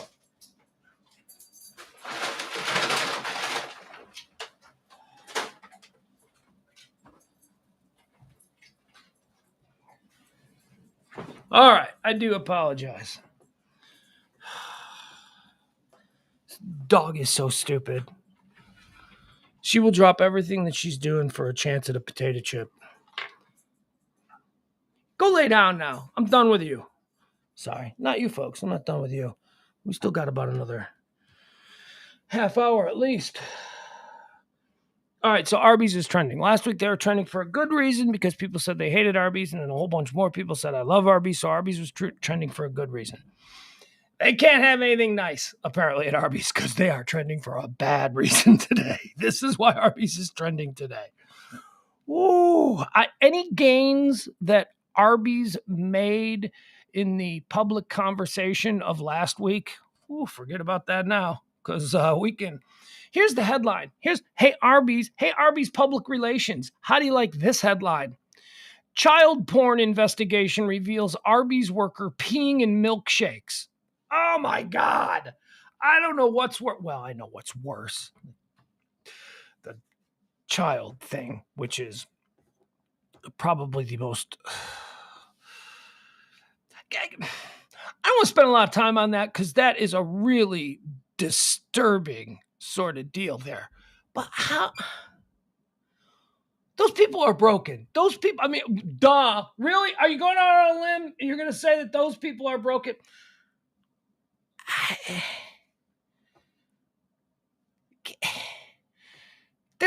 Kids are not sexy. No, you don't go ahead, quote me. That's such a weird thing. I will never understand that. Peeing in milkshakes, however, at least I can kind of wrap my head around the idea of peeing in milkshakes. The other thing is just like so foreign to my sensibility, and all of ours, hopefully. Fingers crossed, Okay, so child porn investigation reveals Arby's worker peeing in milkshakes, Washington cop says. Here's the story. A child porn investigation took another disgusting turn when Vancouver police officers found a video of a man peeing in a milkshake mix at an Arby's restaurant. The man, a night manager at the restaurant, told police he, quote, urinated in the milkshake mix for sexual gratification at least twice. And, isn't this just a thing for me? Because didn't I mention last week when I was talking about Arby's, the one thing that I loved about Arby's was that they used to, at least in the 80s, they did. I don't know if they still do. They used to have something called a Jamocha shake. And it was so good. It was such a good milkshake. Can't do it anymore. This story has ruined the Arby's milkshake for me. The man, a night manager at the restaurant, told police he urinated in the milkshake mix for sexual gratification. How is that? What? How is he wired? I mean, obviously he's fritzy because of the whole kid thing, which is, ugh. But how do you derive sexual? Look, there's a lot of things. I don't even want to talk to this guy. I was going to say, I got a lot of questions about how he's getting his sexual, satisfaction or gratification, whatever. But I'm not even touching the first aspect. But how do you get it from peeing in a milkshake? How does that turn you on? It's like you broken. You can't fix a person like this. You cannot fix this person. This person may not be a mass murderer with bodies in his backyard or in his crawl space.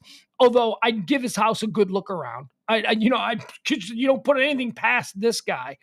You can't fix this. This is not fixable.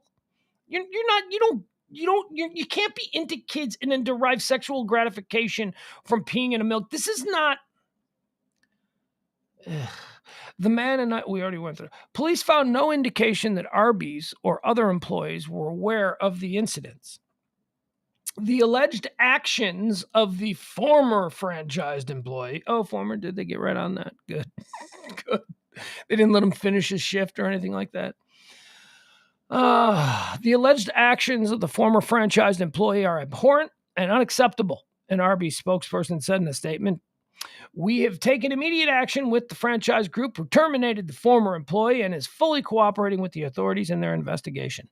All right, now here's where it gets just, what are you doing here, police?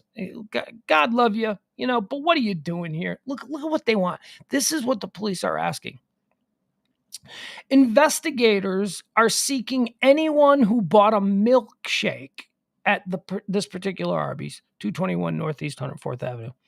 Investigators are seeking anyone who bought a milkshake at the restaurant on October 30th or 31st, like a year ago. How do you pin that down? Yeah, well, maybe because it's Halloween, October 31st. Yeah, remember? Because I went through the drive-thru and I got a milkshake and I was dressed as Mario from Donkey Kong or Mario Karts, whatever. Like, maybe that'll help. But then, wait, it goes on further.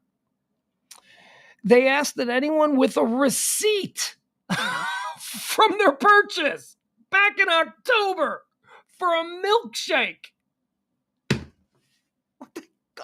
Oh, stop it. Why do you even put that out there? Nobody who bought a milkshake back in October of 2021 is hanging on to that receipt. No, that's so stupid. Another Arby's manager told the police the restaurant sold at least one ice cream float as well. Don't forget the ice cream float. We sold one of those. They say they sold about 30 to 40 different varieties of milkshake on that day, plus the one root beer float. Detectives in a child porn investigation. I can't even struggle with that. Detectives in a child porn investigation contacted the man May 10th, the release said. He admitted downloading and distributing child pornography. A search of his phone and other digital devices uncovered dozens of photos. I don't care about that aspect of it. I do, but it's just so unappetizing. It's just not unappetizing. Isn't that crazy? The story is about a guy who peed in milkshake. And the unappetizing part, I mean, look, if I ordered a milkshake and I found out that, like, hey, that milkshake you bought 9 months ago, it had pee in it, I'd be like, sucks for me. But what am I going to do? I'm going to dwell on that. I'm not going to retroactively start to gag or vomit, although I might, but I probably won't. Whatever. That ship has sailed. Okay. All right. So I drank a pea shake, and it's, I survived. I made it through Thanksgiving, Christmas, New Year's Eve. I'm fine. What an awful story that is. See what I mean? Poor Arby's.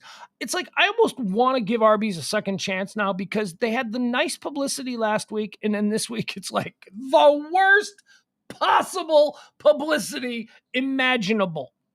Boston biker brawl. There's a Boston biker brawl. Oh, this is so cute. This is honestly, given the events of this weekend in Buffalo and then in Orange County, California, given the events, those really sad, horrific, terrifying events, a good old-fashioned biker brawl seems to just be, almost like a Norman Rockwell kind of offering. 7 people stabbed in Massachusetts biker brawl involving at least 50. Okay. 7 people have been hospitalized after a fight involving weapons broke out among at least 50 people in Fall River, Massachusetts over the weekend. The incident occurred on Saturday afternoon and involved rival motorcycle clubs. It's not a club, it's a gang. It's not a gang, it's a club. The incident occurred Saturday afternoon and involved rival motorcycle clubs. The Fall River Police Department said in a statement shared, 7 men were stabbed in the brawl. Okay, so that's the headline. You just keep repeating the headline over and over in the story. There were some significant injuries, mostly consisting of lacerations, punctures, blunt force trauma, that kind of stuff. Things you would expect to see in a brawl, says Fall River Police Captain Barden Castro. Is there anything more here? Castro added that the police department is still poring over video of the incident, which occurred at a known clubhouse for one of the groups. All right, so this is like some straight up Sons of Anarchy shit. It's like, so one motorcycle gang, they show up at the other motorcycle gang's little clubhouse, and they're like, hey, come on out. They probably tipped over the motorcycles out in front. That seems to be the way you start a fight with a biker gang. Somebody leans on a motorcycle, and then they sort of domino, dish, dish, dish, dish, like that. I'm sure that's how it started. And then, right there, they're fighting in the street. Crazy motor. Isn't it cute? Isn't this a cute story? I mean, when you basically sort of pair this side by side with the Buffalo thing, this is cute. This is old-timey good fun. Good fun. Hey, you remember that? Remember like a bunch of years ago? Not a bunch of years ago, probably about 10 years ago now. Wasn't there like a crazy motorcycle gang brawl at like a Twin Peaks restaurant? Was it a Twin Peaks? Wasn't it like in Waco? And it was like, I don't know, my memory, you make things more fantastic than maybe they were. But like in my memory, it's like 500 different biker gangs all fought in the parking lot of a Twin Peaks in Waco. Whatever happened with that? That was a crazy story. That was awesome. All right, so there you go. That's why Boston biker brawl is trending. Yeah. There it is. It was in Waco, right? That was the one, Adam. It was probably like 10 years ago, maybe even more. God, that was fun. The cops showed up, and the cops are shooting, and maybe it wasn't fun. People might have died. Look, if some, pretty young girl who was working at Twin Peaks just trying to pay for school, I shouldn't minimize them like that. But it was crazy. But if it was just like a bunch of dirtbag bikers who died, then who cares? You're a biker. You're living the outlaw life. But if innocent people died, that's why the Boston biker brawl is cute, because all of the people who were stabbed and stuff were all bikers. All right, what else is trending here? Drew Brees is trending today. Drew Brees is trending today because there was a report that started circulating yesterday afternoon that says that NBC is cutting bait. They're done with Drew Brees. Let me tell you something about Drew Brees. That dude is a snooze. Drew Brees, inarguably one of the great quarterbacks of his era. He retires, and he's like, I'm going to do the Tony Romo thing. Turns out Tony Romo had personality. Drew Brees did not. So Drew Brees signs a big deal with NBC. NBC Sports, NBC Football, and Drew Brees just goes on camera and is like, he's boring. He offers nothing. He has no personality. He's just a drip. So NBC this year has decided, Drew Brees sucks. We're cutting bait with Drew Brees. A couple hours later, Drew Brees tweets out, despite speculation from media about my future this fall, I'm currently undecided. I may work for NBC, which flies in the face of the report that said NBC was done with you, that NBC was moving on from you. But he then a couple hours later goes, I may work for NBC. I may play football again, says Drew Brees. I may focus on business and philanthropy. I may train for the pickleball tour, senior golf tour, coach my kids, or all of the above. I'll let you know. Somebody seems a little bit prickly about the fact that they totally pissed the bed when it came to their big shot at being a broadcaster. I have no malice towards Drew Brees. I'm not particularly a Saints fan, but he seemed like a nice enough guy. And as I said, his accomplishments on the football field are some of the best of the era. But you were boring, son. You were boring. You took this whole idea of, well, if they're a known athlete, we can put them in a booth and they'll be fantastic because that's super easy. It's not easy. It's not easy to be interesting. It's not easy to have chemistry with people, that you really don't know all that well. It's not easy. And you sucked at it. You sucked at it, Drew Brees. And if NBC is moving on from you, good, because you sucked at it. I might play football again. Oh, geez. Oh, God, just what we need. Just what we need. Another guy, another 40-something-year-old quarterback in the NFL. UAP. UAP is trending. We talked a little bit about this last week, I should say. UAP is trending. What is UAP? Well, UAP is what we kids in the know now refer to as UFOs. UAPs are unidentified aerial phenomena. They're trending because same reason that it was trending last week. To some degree, it appears, at least it seems like the United States government is finally going through the motions and treating this kind of seriously, because there have been a lot of revelations over the past couple of years, top secret classified materials that have been released because of, time and because of Freedom of Information Act requests, and dogged researchers and people in the UAP community. And by the way, we changed, and I do consider myself a member of the UAP community. We changed that. We stopped calling it UFOs, unidentified flying objects, and now refer to them as unidentified aerial phenomenon. You want to know why? Because you people just kept laughing at us with the UFO thing. UFO, oh, you're a UFO weirdo. So we had to change it. We had to change what we call it, because you know what? This is serious stuff.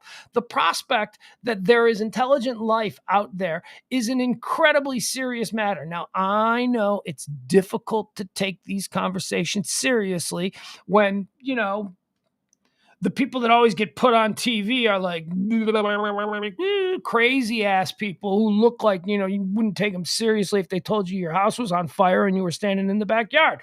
And why would they do that? Why would they do? Because those are the interesting people to put in front of a camera. And also, anybody who, all right, I'm not going to go into it. I'll tell you what, I'll just read you the story. Okay, here you go. Let's see here. Congressman Andre Carson, who will head the May 17th public hearing, promised to dive into the national security risks posed by UAP's potential presence.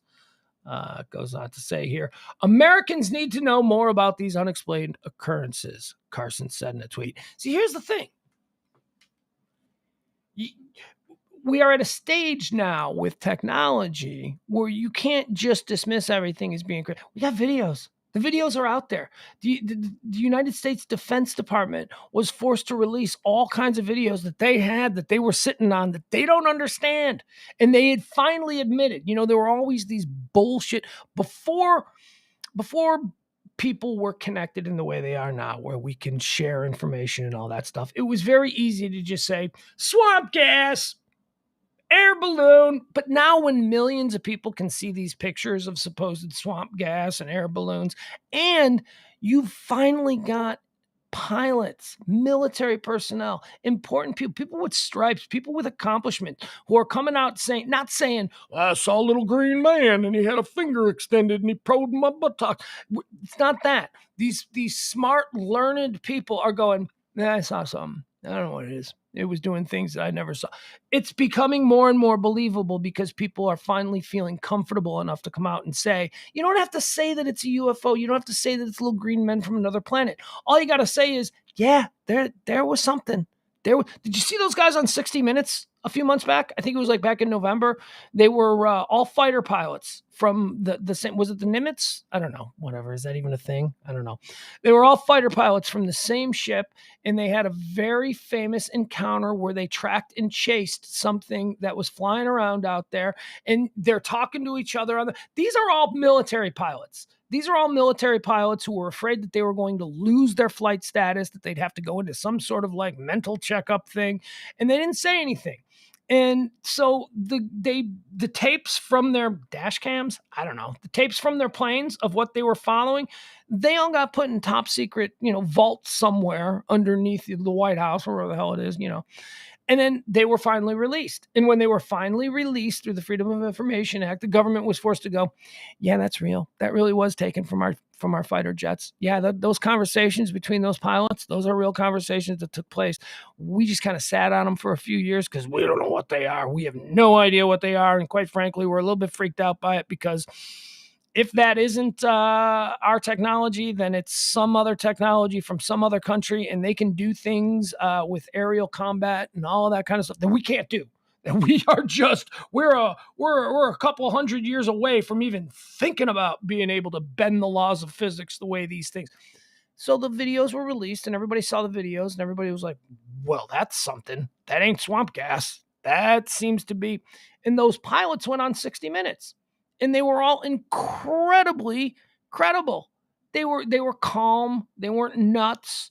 They looked like smart, educated people, decent people, kind people. And they all said, there was something.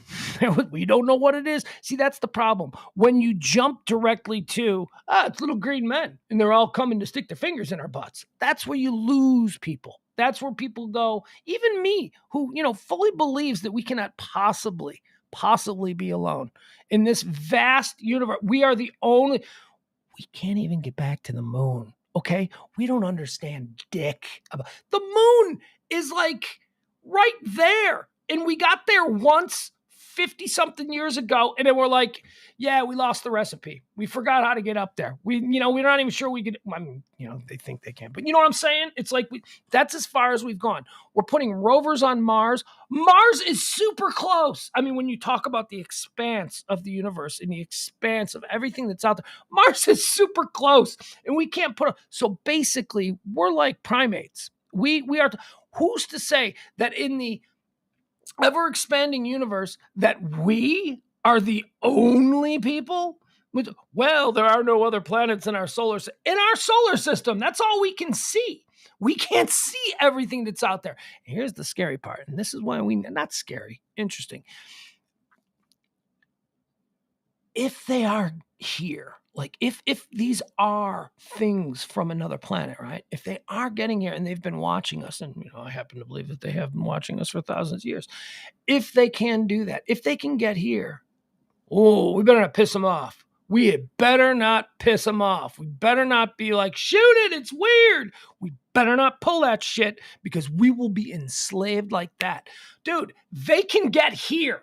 And all we can do is send a robot to our nearest planet, Mars. That's all. We can't get to them. They can get to us. Obviously, they're more advanced. This is the first time that Congress will get together in more than 50 years to discuss UFOs and extraterrestrial life. This is what the people and UFO communities have been asking for: UFO transparency. This hearing will kick in the doors and is more proof that UFOs are real and prove that they have advanced tech that we cannot identify. The hearings will focus on national security and the flight safety issues caused by the presence of UFOs on planet Earth.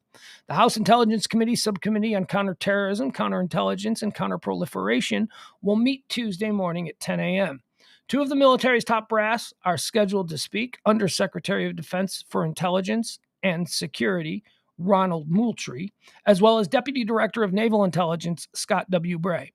The last time the government held public hearings on UFOs was back in 1969 when it announced the termination of Project Blue Book, which they didn't actually terminate.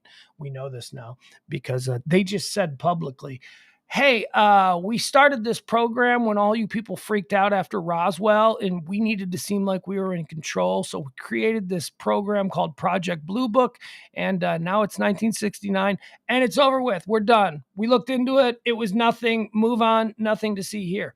Except, see, they didn't end it. They told us all that they were ending it, but they knew that there was shit that they really needed to know more about. So they kept it quiet. They changed it. They called it something else, and they've been lying to us. They've been lying. Why are they lying to us? What? Because do you think that we could handle it? What would happen? Let me ask you this, folks. Okay, let me ask. This is my first thought. If there is intelligent life somewhere else other than Earth, what happens to religion? What happens to earthbound religion? What happens to God created us in his image? What is our God also their God? And what do they look like? What do we mean God? And you know what? If our God isn't their God, who's their God? And can their God take our God? Because their God gives them cool ass things that allow them to traverse the entirety of the universe and get to us when our God isn't giving us that stuff. So can their God beat up our God? Is our God their God? Whose image was he created with? They talking about them? Whoa! Seriously, what happens with religion? What happens with this? Here's the story. This is what it's about. After you die, you go. I'm telling you, there are just too many. People would freak out. There would be way too much new information, I think. We're just monkeys. We're all a bunch of monkeys here in 2022. Two neighbors in Forney can't even have a civil conversation about whether or not it's appropriate for a little kid 9 years old to be beaten on a black people's door with a whip. We can't even negotiate that. You think that we're all going to be able to go, cool. So there are people from another planet. They're way more invested than us, or not invested. They're way more technologically advanced than us. Wouldn't handle it. People would freak. Not me, though. I'd be like, please don't make us slaves. That's really it. That's all. And here's why I think that that's fine. Because I happen to believe that this hasn't just been happening in the last 60 years. It wasn't like 1940 at Roswell when the UFO people, by that I mean aliens or whatever. It wasn't just like 1940 when they finally figured out how to get to it. That wasn't their, July 20th, 1969. It wasn't like at Roswell where they went, okay, we made it to Earth and we crashed. No, they've been looking at us for hundreds and hundreds, probably thousands and thousands of years. I mean, the pyramids, man. Come on. Anyway, I could go off on this forever, as some of you well know.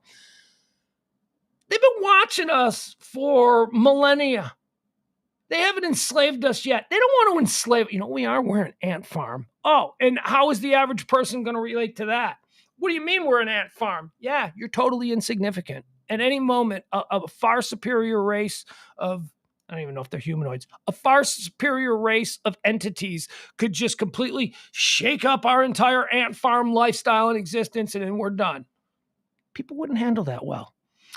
Let's see. What else do we have here? It's a huge step forward, said journalist George Knapp, who was instrumental in applying pressure on the United States government. The first public hearing seems to be modest in its scope, with only 2 witnesses set to testify. But if things go well, it will likely lead to a broader examination of the evidence. The public part of Tuesday's hearing is you know what? I'm so worried about the public part of this hearing because I think that there's going to be people in the gallery, the tinfoil hat crowd. I think there's going to be a lot of weirdos. There's going to be a dude dressed like Chewbacca. There's just going to be like weird shit that is only going to make this less serious. And it's just, can't we just have smart people talk about this? I just want to hear smart people talk about this. I don't want to see some lady dressed as Princess Leia. I don't want to see ET fingers waving from the gallery. Please stop it. Stop it. The investigative report said Congress and senior staff have been holding closed-door UFO briefings since about 2018.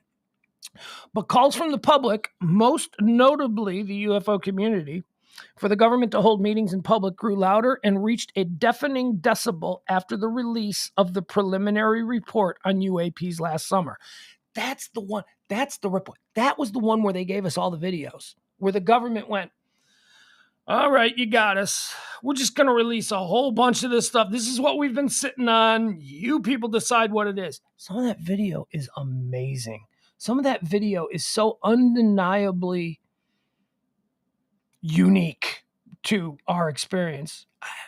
But again, for some reason, it doesn't get covered to this great extent. Conspiracy! I don't want to go all QAnon on you, but honestly, when you think about the ramifications to civil order and religion and our entire placement in this world, when you think about those ramifications, should it ever be announced, hey, we're not alone, and by the way, we're like really low on the pecking order. Have a nice night, everybody. That's not going to go over well. It's just not going to go over well. Self-realizing that we're still the monkeys compared to all of the other possible advanced civilizations that are out there that we can't get to, but they can get to us, it's not going to go over well. So you got to keep it secret. And then there's a whole bunch of videos. There's a whole bunch of, the show. Crazy videos. I'm not going to show you UFO videos. We don't need to do that. But maybe tonight. Actually, not maybe tonight. Maybe on a Pillow Talk show after these hearings. Then, I'll do my whole UFO thing. But look, I understand that not everybody is. I won't even say anymore that not everybody believes. Because if you don't believe it's a possibility, then there's something wrong with you. Then you don't have to believe that that's what it is. But it is now at a point where you cannot deny that there is something going on. There is what that is going on. I don't know. This might be technology from Russia. This might be technology from China. We don't know. It doesn't have to be, but there is something, and people are asking questions about what this shit is. My son and I are big UFO watchers. It's a hobby. We do it for fun. Like we go out, we look in the sky, and we're like, what is that? What is that? What is that? That kind of thing. Here's a tip for you amateur UFO sleuths. Take it from me. I've been expert level on this for about 20 years now. My entire life I've been fascinated by this stuff because of an incident that occurred to me, and I'm not going to go into it, but those of you who are longtime listeners, you know about my incident. Anyway, here's a tip for you sky watchers. Whenever you see something up there that looks weird, like a light in the sky, because that's what it is. It's a black sky. The light will make it show up. If you see something up there, a light in the sky, if there's something on that light that is blinking, ignore it. That's fine. If it's blinking, if you see something, you're like, man, what is that? I don't know what that is. And then you see a blinking light. Okay, that means that it is FAA compliant. That means that whatever that thing is up there, the laws of Earth-bound air travel, you have to have a blinking light. The blinking light tells other plane, that's the rule. That's why every airplane has that flickering light on it and all that. So if you're looking at something and it's a solid light, it's just a solid light, almost like a star in the sky, not twinkling, but just like a star. If you're looking at something, doing something weird in the sky and it's a solid light, you got something. You got something. Because I don't believe that intelligent life from another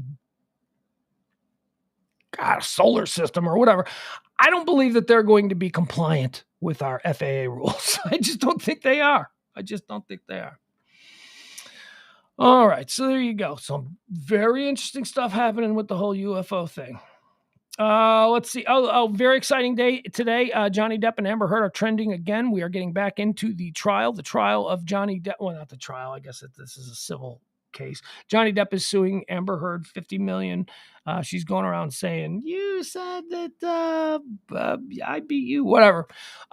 It resumes today, and it's going to get good this week. If you thought it was over, it ain't over. You know why? Because, last week they were off.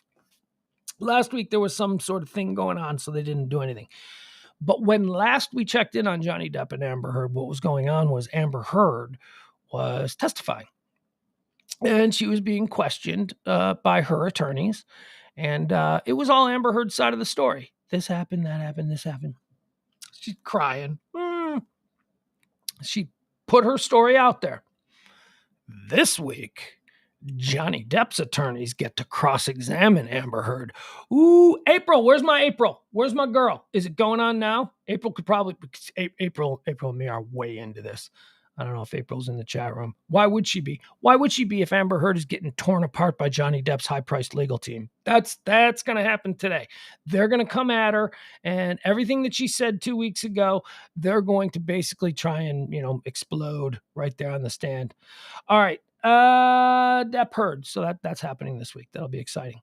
Mars Door. Did you see this? Oh, I'll show you this one. Yes, it's been going on since 8 a.m. All right, April, are they kicking her ass? Is she on the stand? Is she getting her story pulled apart? Because that's what I'm gonna, after this is over. I got stuff I gotta do today, but when this is over, I'm gonna check that out. All right, did you see this? I hate this. All right, this is why nobody takes UAPs and UFOs seriously. It's because of nonsense like this stupid thing. Look at this. Here, I'll show you. Ugh.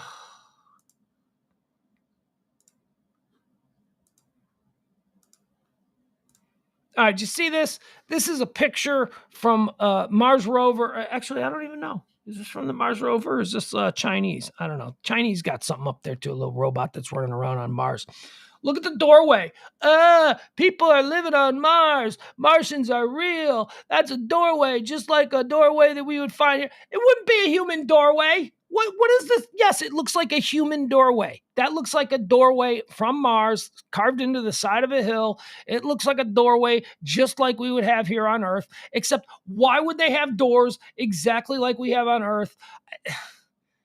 They don't... I hate this story, so stupid. But it is kind of a cool picture. Scientists are saying, yeah, I know that picture started circulating on social media and everybody's saying, and the people live on Mars because, look, they have a door. And they're saying, yeah, but it's only because that one picture is circulating. There's like thousands of these on Mars. These are not doorways. These are anomalies created by... All right, I know. That's kind of like what they said about swamp gas and test balloons and all that when they were trying to discredit UFO stories. But they're not going to... If we find people on Mars, they're not going to have doors like we have. I can't believe that. I don't believe that they're just going to have... A recent photo of what appears to be a doorway on the surface of Mars went viral after it was captured by NASA's Curiosity rover. Okay, so it was ours, not Chinese. The photograph, while grainy, shows a door-like rectangular entrance in the planet's rock face that has some suggesting it's the doorway to an alien home. Yeah, they have homes and they drive cars and they go to work, and it's just, except we can't see that. This is all we found. We found no... Where's the door? Where's it lead to? Is there anything else other than just a wasteland? Why is there just suddenly a house? Stupid.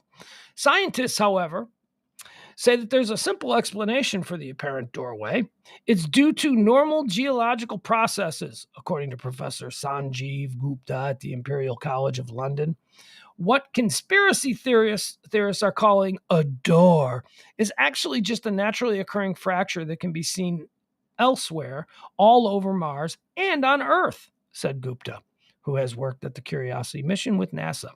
The crack is a fracture, and they are in abundance on Mars and on Earth. No need for Mars quakes to produce them, Gupta said. There is nothing at all strange in this image. These are just normal geological processes.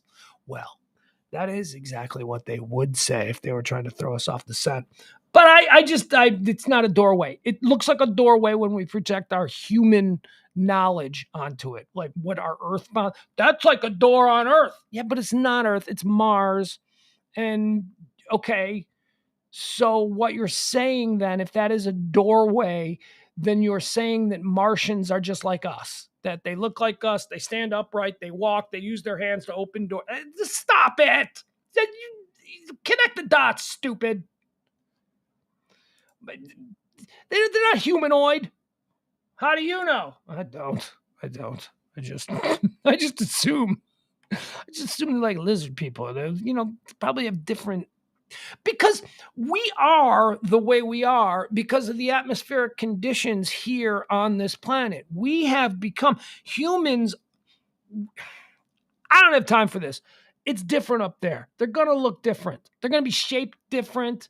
They're going to have different, because of stuff. That's as intelligent as I can talk about it. All I'm saying is they're not going to be like us. We are us because of the atmospheric conditions that we exist in, and they're totally different. They can't be like us. We would not survive. You couldn't just take a human being without a spacesuit or pressurized one and just drop us on Mars and go, okay, breathe the air. You know what I mean? It would just not. So stop it. A doorway.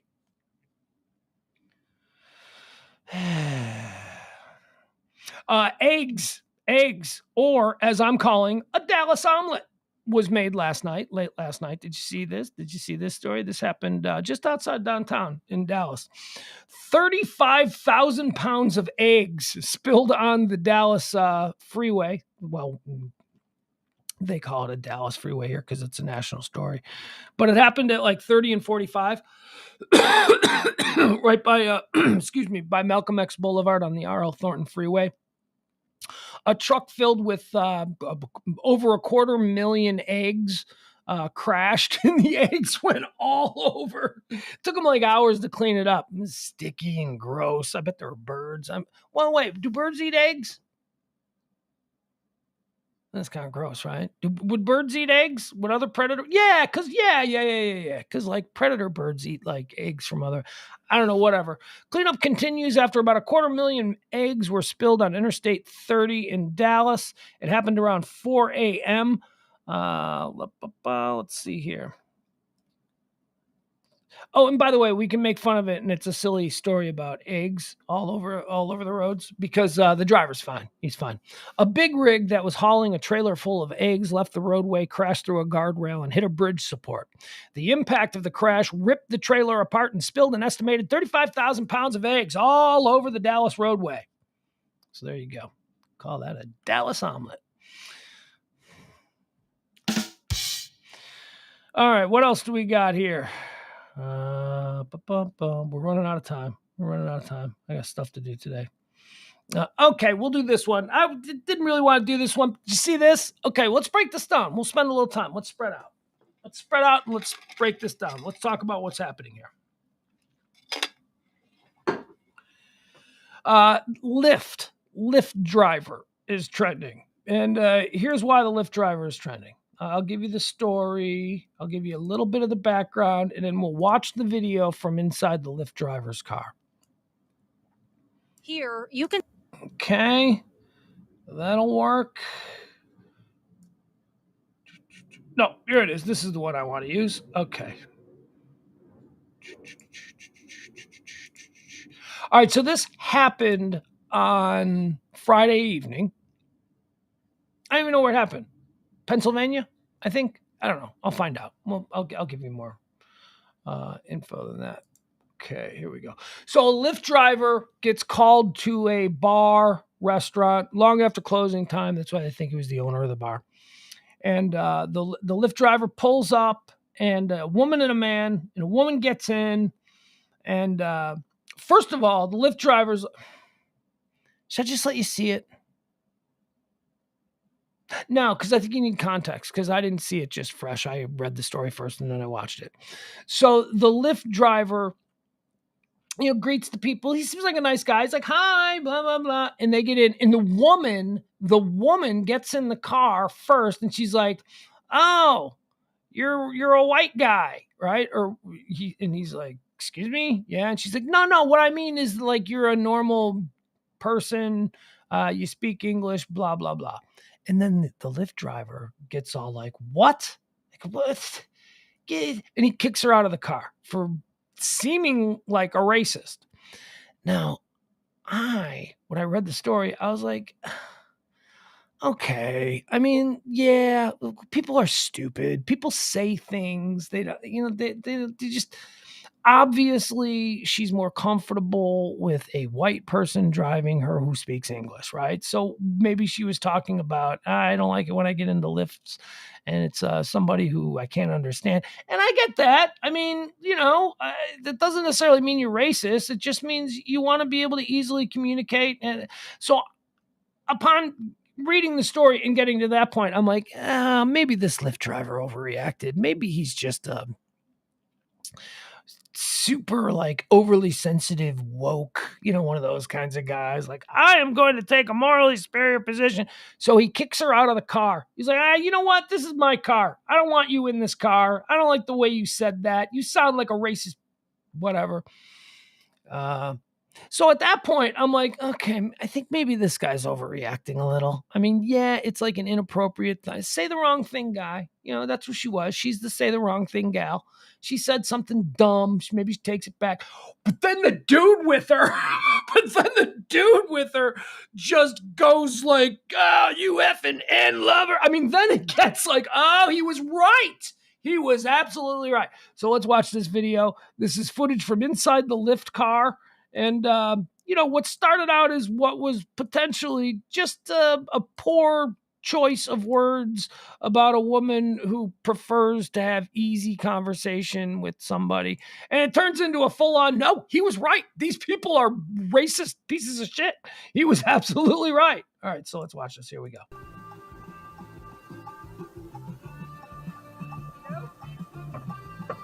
Hello. For Jackie, right? Yeah. How are you? All right, so far, nice. Hello for Jackie, right? He seems like very friendly. Everything's going good. Hello. For Jackie, right? Yeah. How are you? Yeah, you're like a white guy. What's that? Are you like a white guy? Excuse me? Are you like a normal guy? Like you speak English? Sorry. No, you can get out of the car. I'm going to cancel a ride. That's inappropriate. What? It's completely inappropriate. If somebody was not white sitting in the seat, what would be the difference?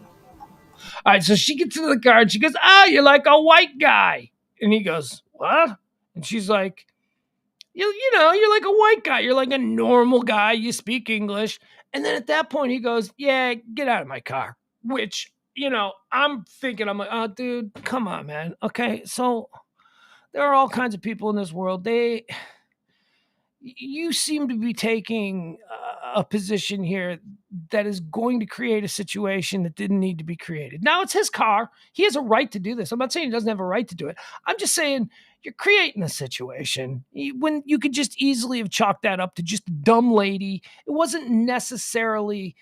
She's not like wearing a hood, it's not like, well, I'm just so glad the effing hens aren't driving me. At that point, it wasn't there yet, right? So I'm thinking this guy might be overreacting a little bit. It starts to ramp up. So. Sorry. No, you can get out of the car. I'm going to cancel a ride. That's inappropriate. What? It's completely inappropriate. If somebody was not white sitting in the seat, what would be the difference? Are you serious? She said, wow, you're a white guy. That's okay. I'm not going to take the ride. You guys can get out. Really? Yeah. Completely inappropriate. Oh, you're a fucking asshole. It's all on camera, man. Piece of shit. It's all on I camera. should punch you in the fucking face. You're going to threaten me? Okay, so now white trash dirtbag husband is calling names and threatening physical violence. So these are the kinds of people that we're dealing with here. We're dealing with this. Okay, I'm not going to take the ride. You guys can get out. Really? Yeah. Completely inappropriate. Oh, you're a fucking asshole. It's all on camera, Piece man. of shit. It's all on I camera. should punch you in the fucking face. You're going to threaten me? Yeah, It's all. Yeah, fuck you. Wow. Because you guys are racist fucks. You're a fucking asshole. Yeah. Fucking nigger lover. All right, there we go. That's where it got there. He was right.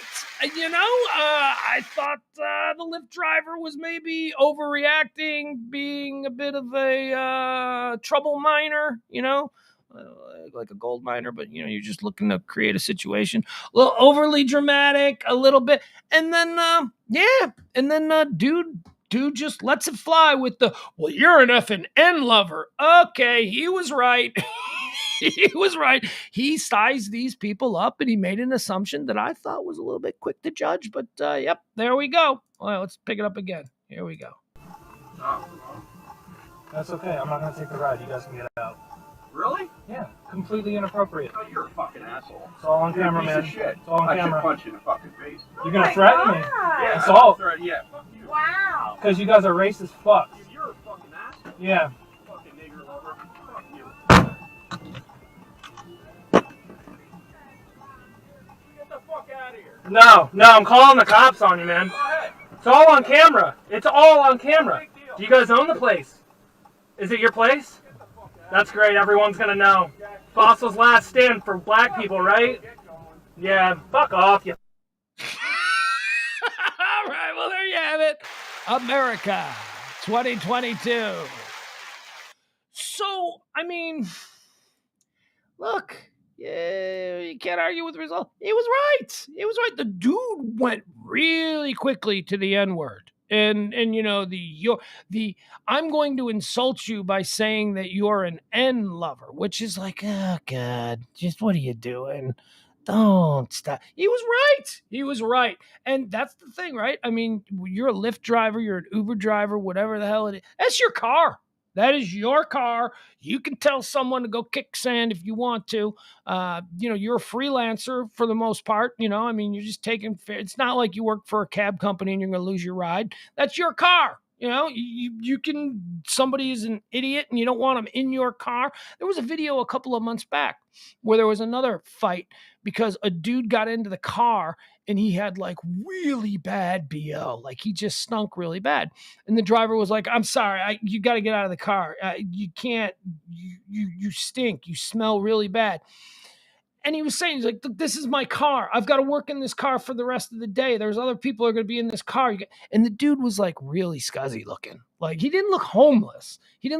But he looked like a guy who wasn't really big on personal hygiene. You know, it was like, and so the guy was like, you got to get out of my car, man. You stink. You smell like, he described it. He said, you smell like piss and BO. And I'm like, okay, all right.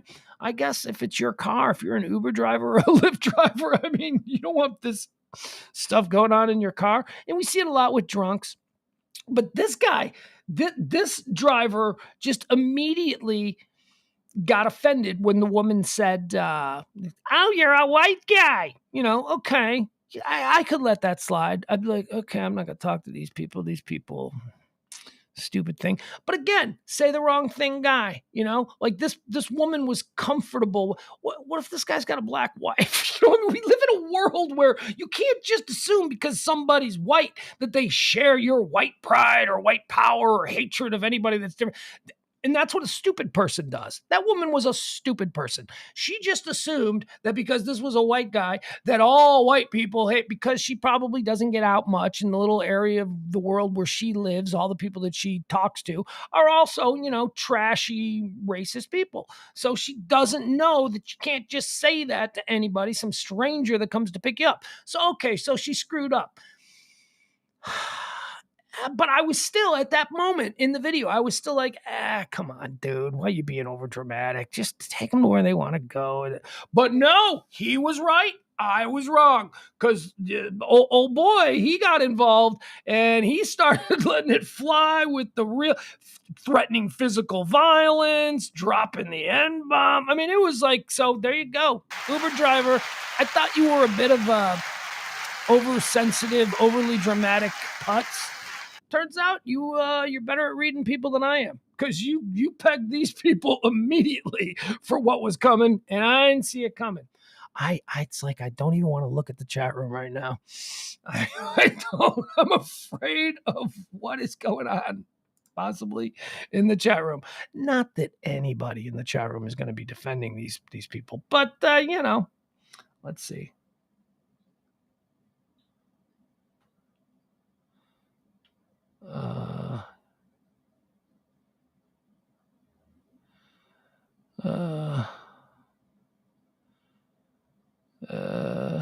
Yeah, I'm seeing it. Are Will and Adam going at it?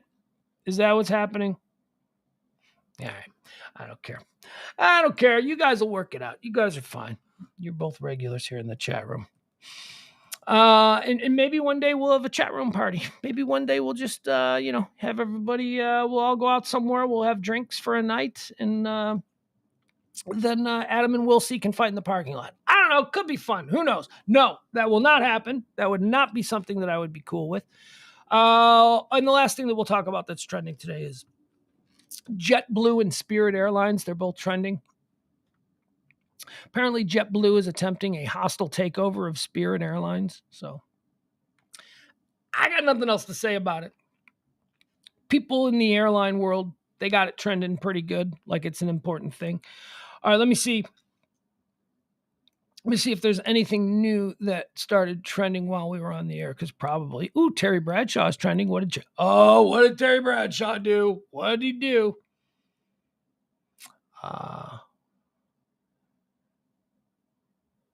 Oh, really? Is that a different Terry Bradshaw? Oh, there's two Terry Bradshaws in the professional sporting world. Apparently, the Kansas City Royals have a hitting coach by name of Terry Bradshaw, who has been fired. So there you go, different Terry Bradshaw. Let's see. Let's see what's been happening. What are we missing? Amber Heard resumes testifying in the Johnny Depp defamation. How's she look today, April? Patrick Beverly is still trending. He's trending because he put a tweet out about the Mavs Suns game. All right, don't want to talk about that. Stupid politics. Oh my God, stupid politics. Nope. Divisive.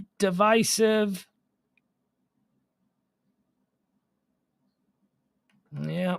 Nope. Cantaloupe. Cantaloupe is trending. Ooh, you want to talk about a divisive fruit? Cantaloupe is a hugely divisive fruit. I bet you that's why cantaloupe is trending. I bet people are like, it's good, it sucks. It's good, it sucks. Growing musk melons, cantaloupe for the first time. Blueberries got to go, such an inconsistent fruit. And cantaloupe, just because I like everything else a bit more. I don't know what that means. Oh, here's what it is. Okay. So it's one of these things, something's got to go. All right. So it's like a fruit salad, right? And here are our choices: raspberries, strawberries, cantaloupe, pineapple, kiwi, blueberries, grapes, and blackberries. Something's got to go. And everybody's saying cantaloupe's got to go. Not in mine. I love cantaloupe. Oh, now I will grant you that oftentimes cantaloupe is disappointing. Not quite as often as strawberries. Strawberries are hugely 9 out of 10 strawberries just taste like wet dirt. That's it. They look beautiful. They're red and they're like, oh man, doesn't that look great? That's going to be the sweetest, most delicious strawberry I've ever had. And then you bite into it and you're like, doesn't taste like anything. There is zero flavor in this thing. It's just wet dirt. But then on that 10th time, you'll bite into a strawberry and you'll be like, this is what it's about. This is why I go through 9 bad strawberries to get to the one good strawberry. Because when a strawberry is good, it's unbelievable. Just unbelievable. Raspberries. Raspberries is garbage fruit. Raspberries can go kick sand. Strawberries are, again, I'm not going to eliminate strawberries because that 10th strawberry is always delicious. 9 are garbage. They'll just leave you feeling defeated and lied to. But that 10th strawberry is going to be awesome. Cantaloupe is kind of like that too. Like sometimes cantaloupe, if it's not ripened enough, it's bleh. But when cantaloupe is perfectly ripened and sweet, oh, it's so good. Pineapple. Pineapple is pretty much always good. Pineapple is a solid winner. Kiwi. Kiwi is like space fruit. Like kiwi is not like something I grew up with. Kiwi is like a new kind of fruit that I've only in the last, say, 20 years or so become used to. And I like kiwi. But, again, it's got to be soft and it's got to be fresh and ripe. So kiwi can stay. Blueberries can stay. Grapes can definitely stay. And blackberries. Okay, so here's what we got. Blackberries and raspberries. Raspberries, strawberries, cantaloupe. Pineapple, kiwi, blueberries. Grapes and blackberries. Of that list, it's going to be between blackberries and raspberries. One of those two got to go. One of those two are just like, really? Do we need 2 of you? We don't. This is like having Kurt Russell and Dennis Quaid. We don't need both. You're both kind of the same thing. Raspberries and blackberries. I'm going to get rid of raspberries. Because honestly, this is how bad raspberries are. I'm not even sure what blackberries taste like, but I am sure what raspberries taste like. So I'd rather just gamble on maybe blackberries being good. So raspberries, yow. Go kick sand. Actually, it's go kick rocks, go pound sand. I always conflate those two. I mix them up. What else do we have? I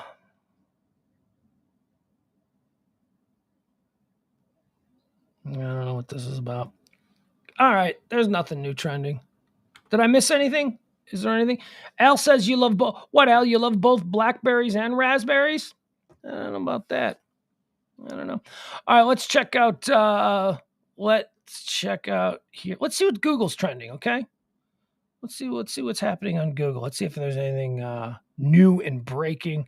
We've gone through everything that I put together. We've gone through all of the big top stories of the day. Told you everything that's happening. I told you everything that you need to know. So now let's just do a little cleanup here at the end of the show. Let's see. All right, Google. Thunderstorms, that's not for us here.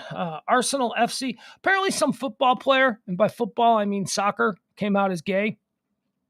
Cool. Some Premier League guy has come out as gay. Cool. Oh, you know what bugs me? Hey, guys, you want to hear something that pisses me off? And there was really no reason that this should piss me off other than I'm a very small person. Do you know what they call NFL football in England? Do you know what they call NFL football in England? Like when they talk about NFL football in England, do you know what they call it? I'll wait. Do you know what they call NFL football in England?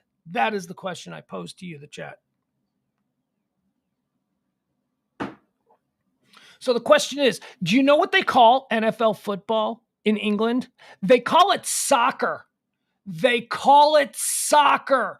People in England, when they are talking about NFL football, American style football, people in England, when they are referring to American football, they call it soccer. And you know why they do that? Because we call their football soccer. They're just trying to get us back. And it's working. I get so mad at that. You know, I always talk about how I watch a lot of sports, out-of-state sports that I don't really have access to living here. So I watch it on something that I call Netflix. Not Netflix. I call it Netflix. And it is let's just say that it's, I'm not going to go into any more. Obviously, it's Russian in origin, but it is a website where I can peer in on different games. They list NFL football on Netflix as soccer. So if you're looking for an NFL football game, you have to go to the soccer category and you got to click on that. Oh, no, they don't, Adam. They don't call it American football. I'm sorry. You know, you're just trying to be argumentative.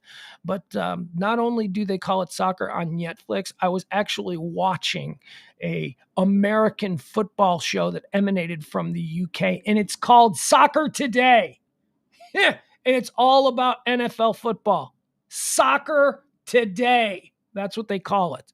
Now, I don't know if they've been doing this for a while. I don't know that American style football has even been a thing there for a while, but it's catching on. It's starting to become popular. I think there's like 4 games in London this year. Every year. No, there's 4 international games. I think there's 2 in London. Anyway, 20 years ago, of course, they knew what it was, but I think they called it American football then.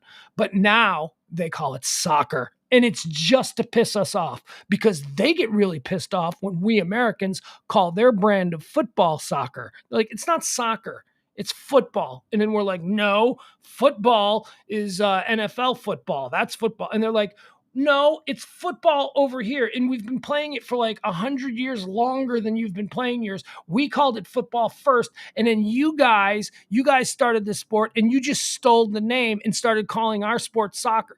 It's very upsetting to me. It's very upsetting.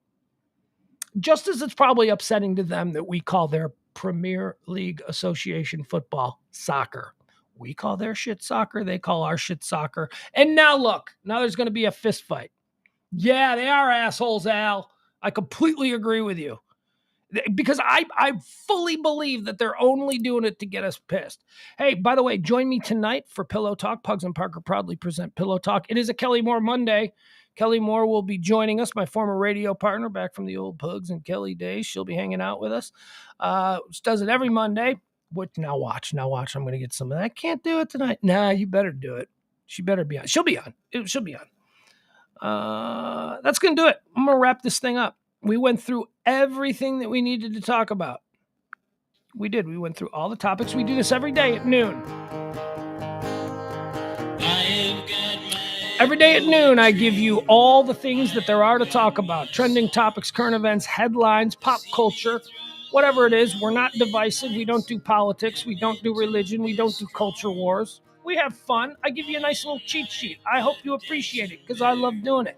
I appreciate you guys hanging out with me every day at noon here Central Time for the high noon stream. Come on back tonight at 9 p.m. Central Time. Pugs and Parker proudly present Pillow Talk. More conversational. We'll get into we'll usually one or two topics and we pull it apart. It's typically dumb, typically stupid, a bit more provocative, if you will. And tonight on Mondays, it's Kelly Moore Mondays. Pugs and Kelly starring James Parker. That's tonight at 9 o'clock. Of course, this show runs on your gratuities, your tips. Treat me like your bartender, your barista, whoever it is, your car dude, the guy who pulls your car around. You can donate to the show by hitting up the Venmo or the Cash App. Sure would appreciate it. Couldn't do the shows anyway, but you know your donations throughout the course of the month allows us to be able to put these shows on for you. So thank you. But go ahead, tip if you want. And I'm really hoping that you want. All right. Should I jump into the chat room? Should I see what's happening here in the chat room? Yeah, you know what? I can't deal with Adam. I can't deal with Adam. Just because in his limited view it didn't occur. I must be like, he is so accusatory. He is. I think the only thing you can do is just marginalize him. I'm just going to marginalize him. And by the way, me marginalizing Adam in this particular situation does not constitute me taking a side in whatever the argument was going on earlier. We're not getting into that. Don't make me Google. Don't make me pull some shit up. You know what? You are not.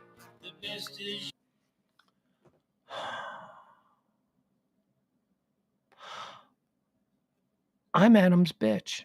I am totally his bitch. I allow him to get inside my head, and I don't know why. I know what he's doing.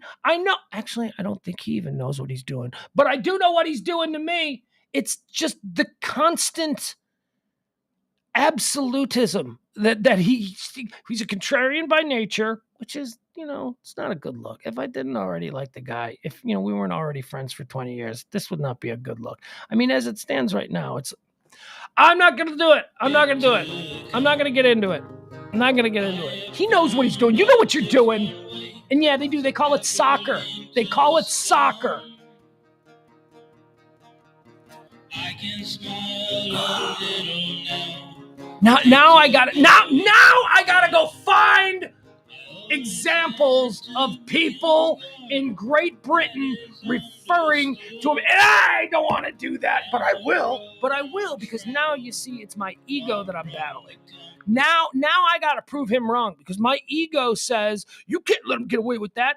And he's doing this. He may even be doing it on purpose. I have no idea what's happening right now. I'm going to turn the car around, Jeff. You better believe it. You know what I'm going to do? I'm just going to, that's it. We're done. We are out of here. I am no longer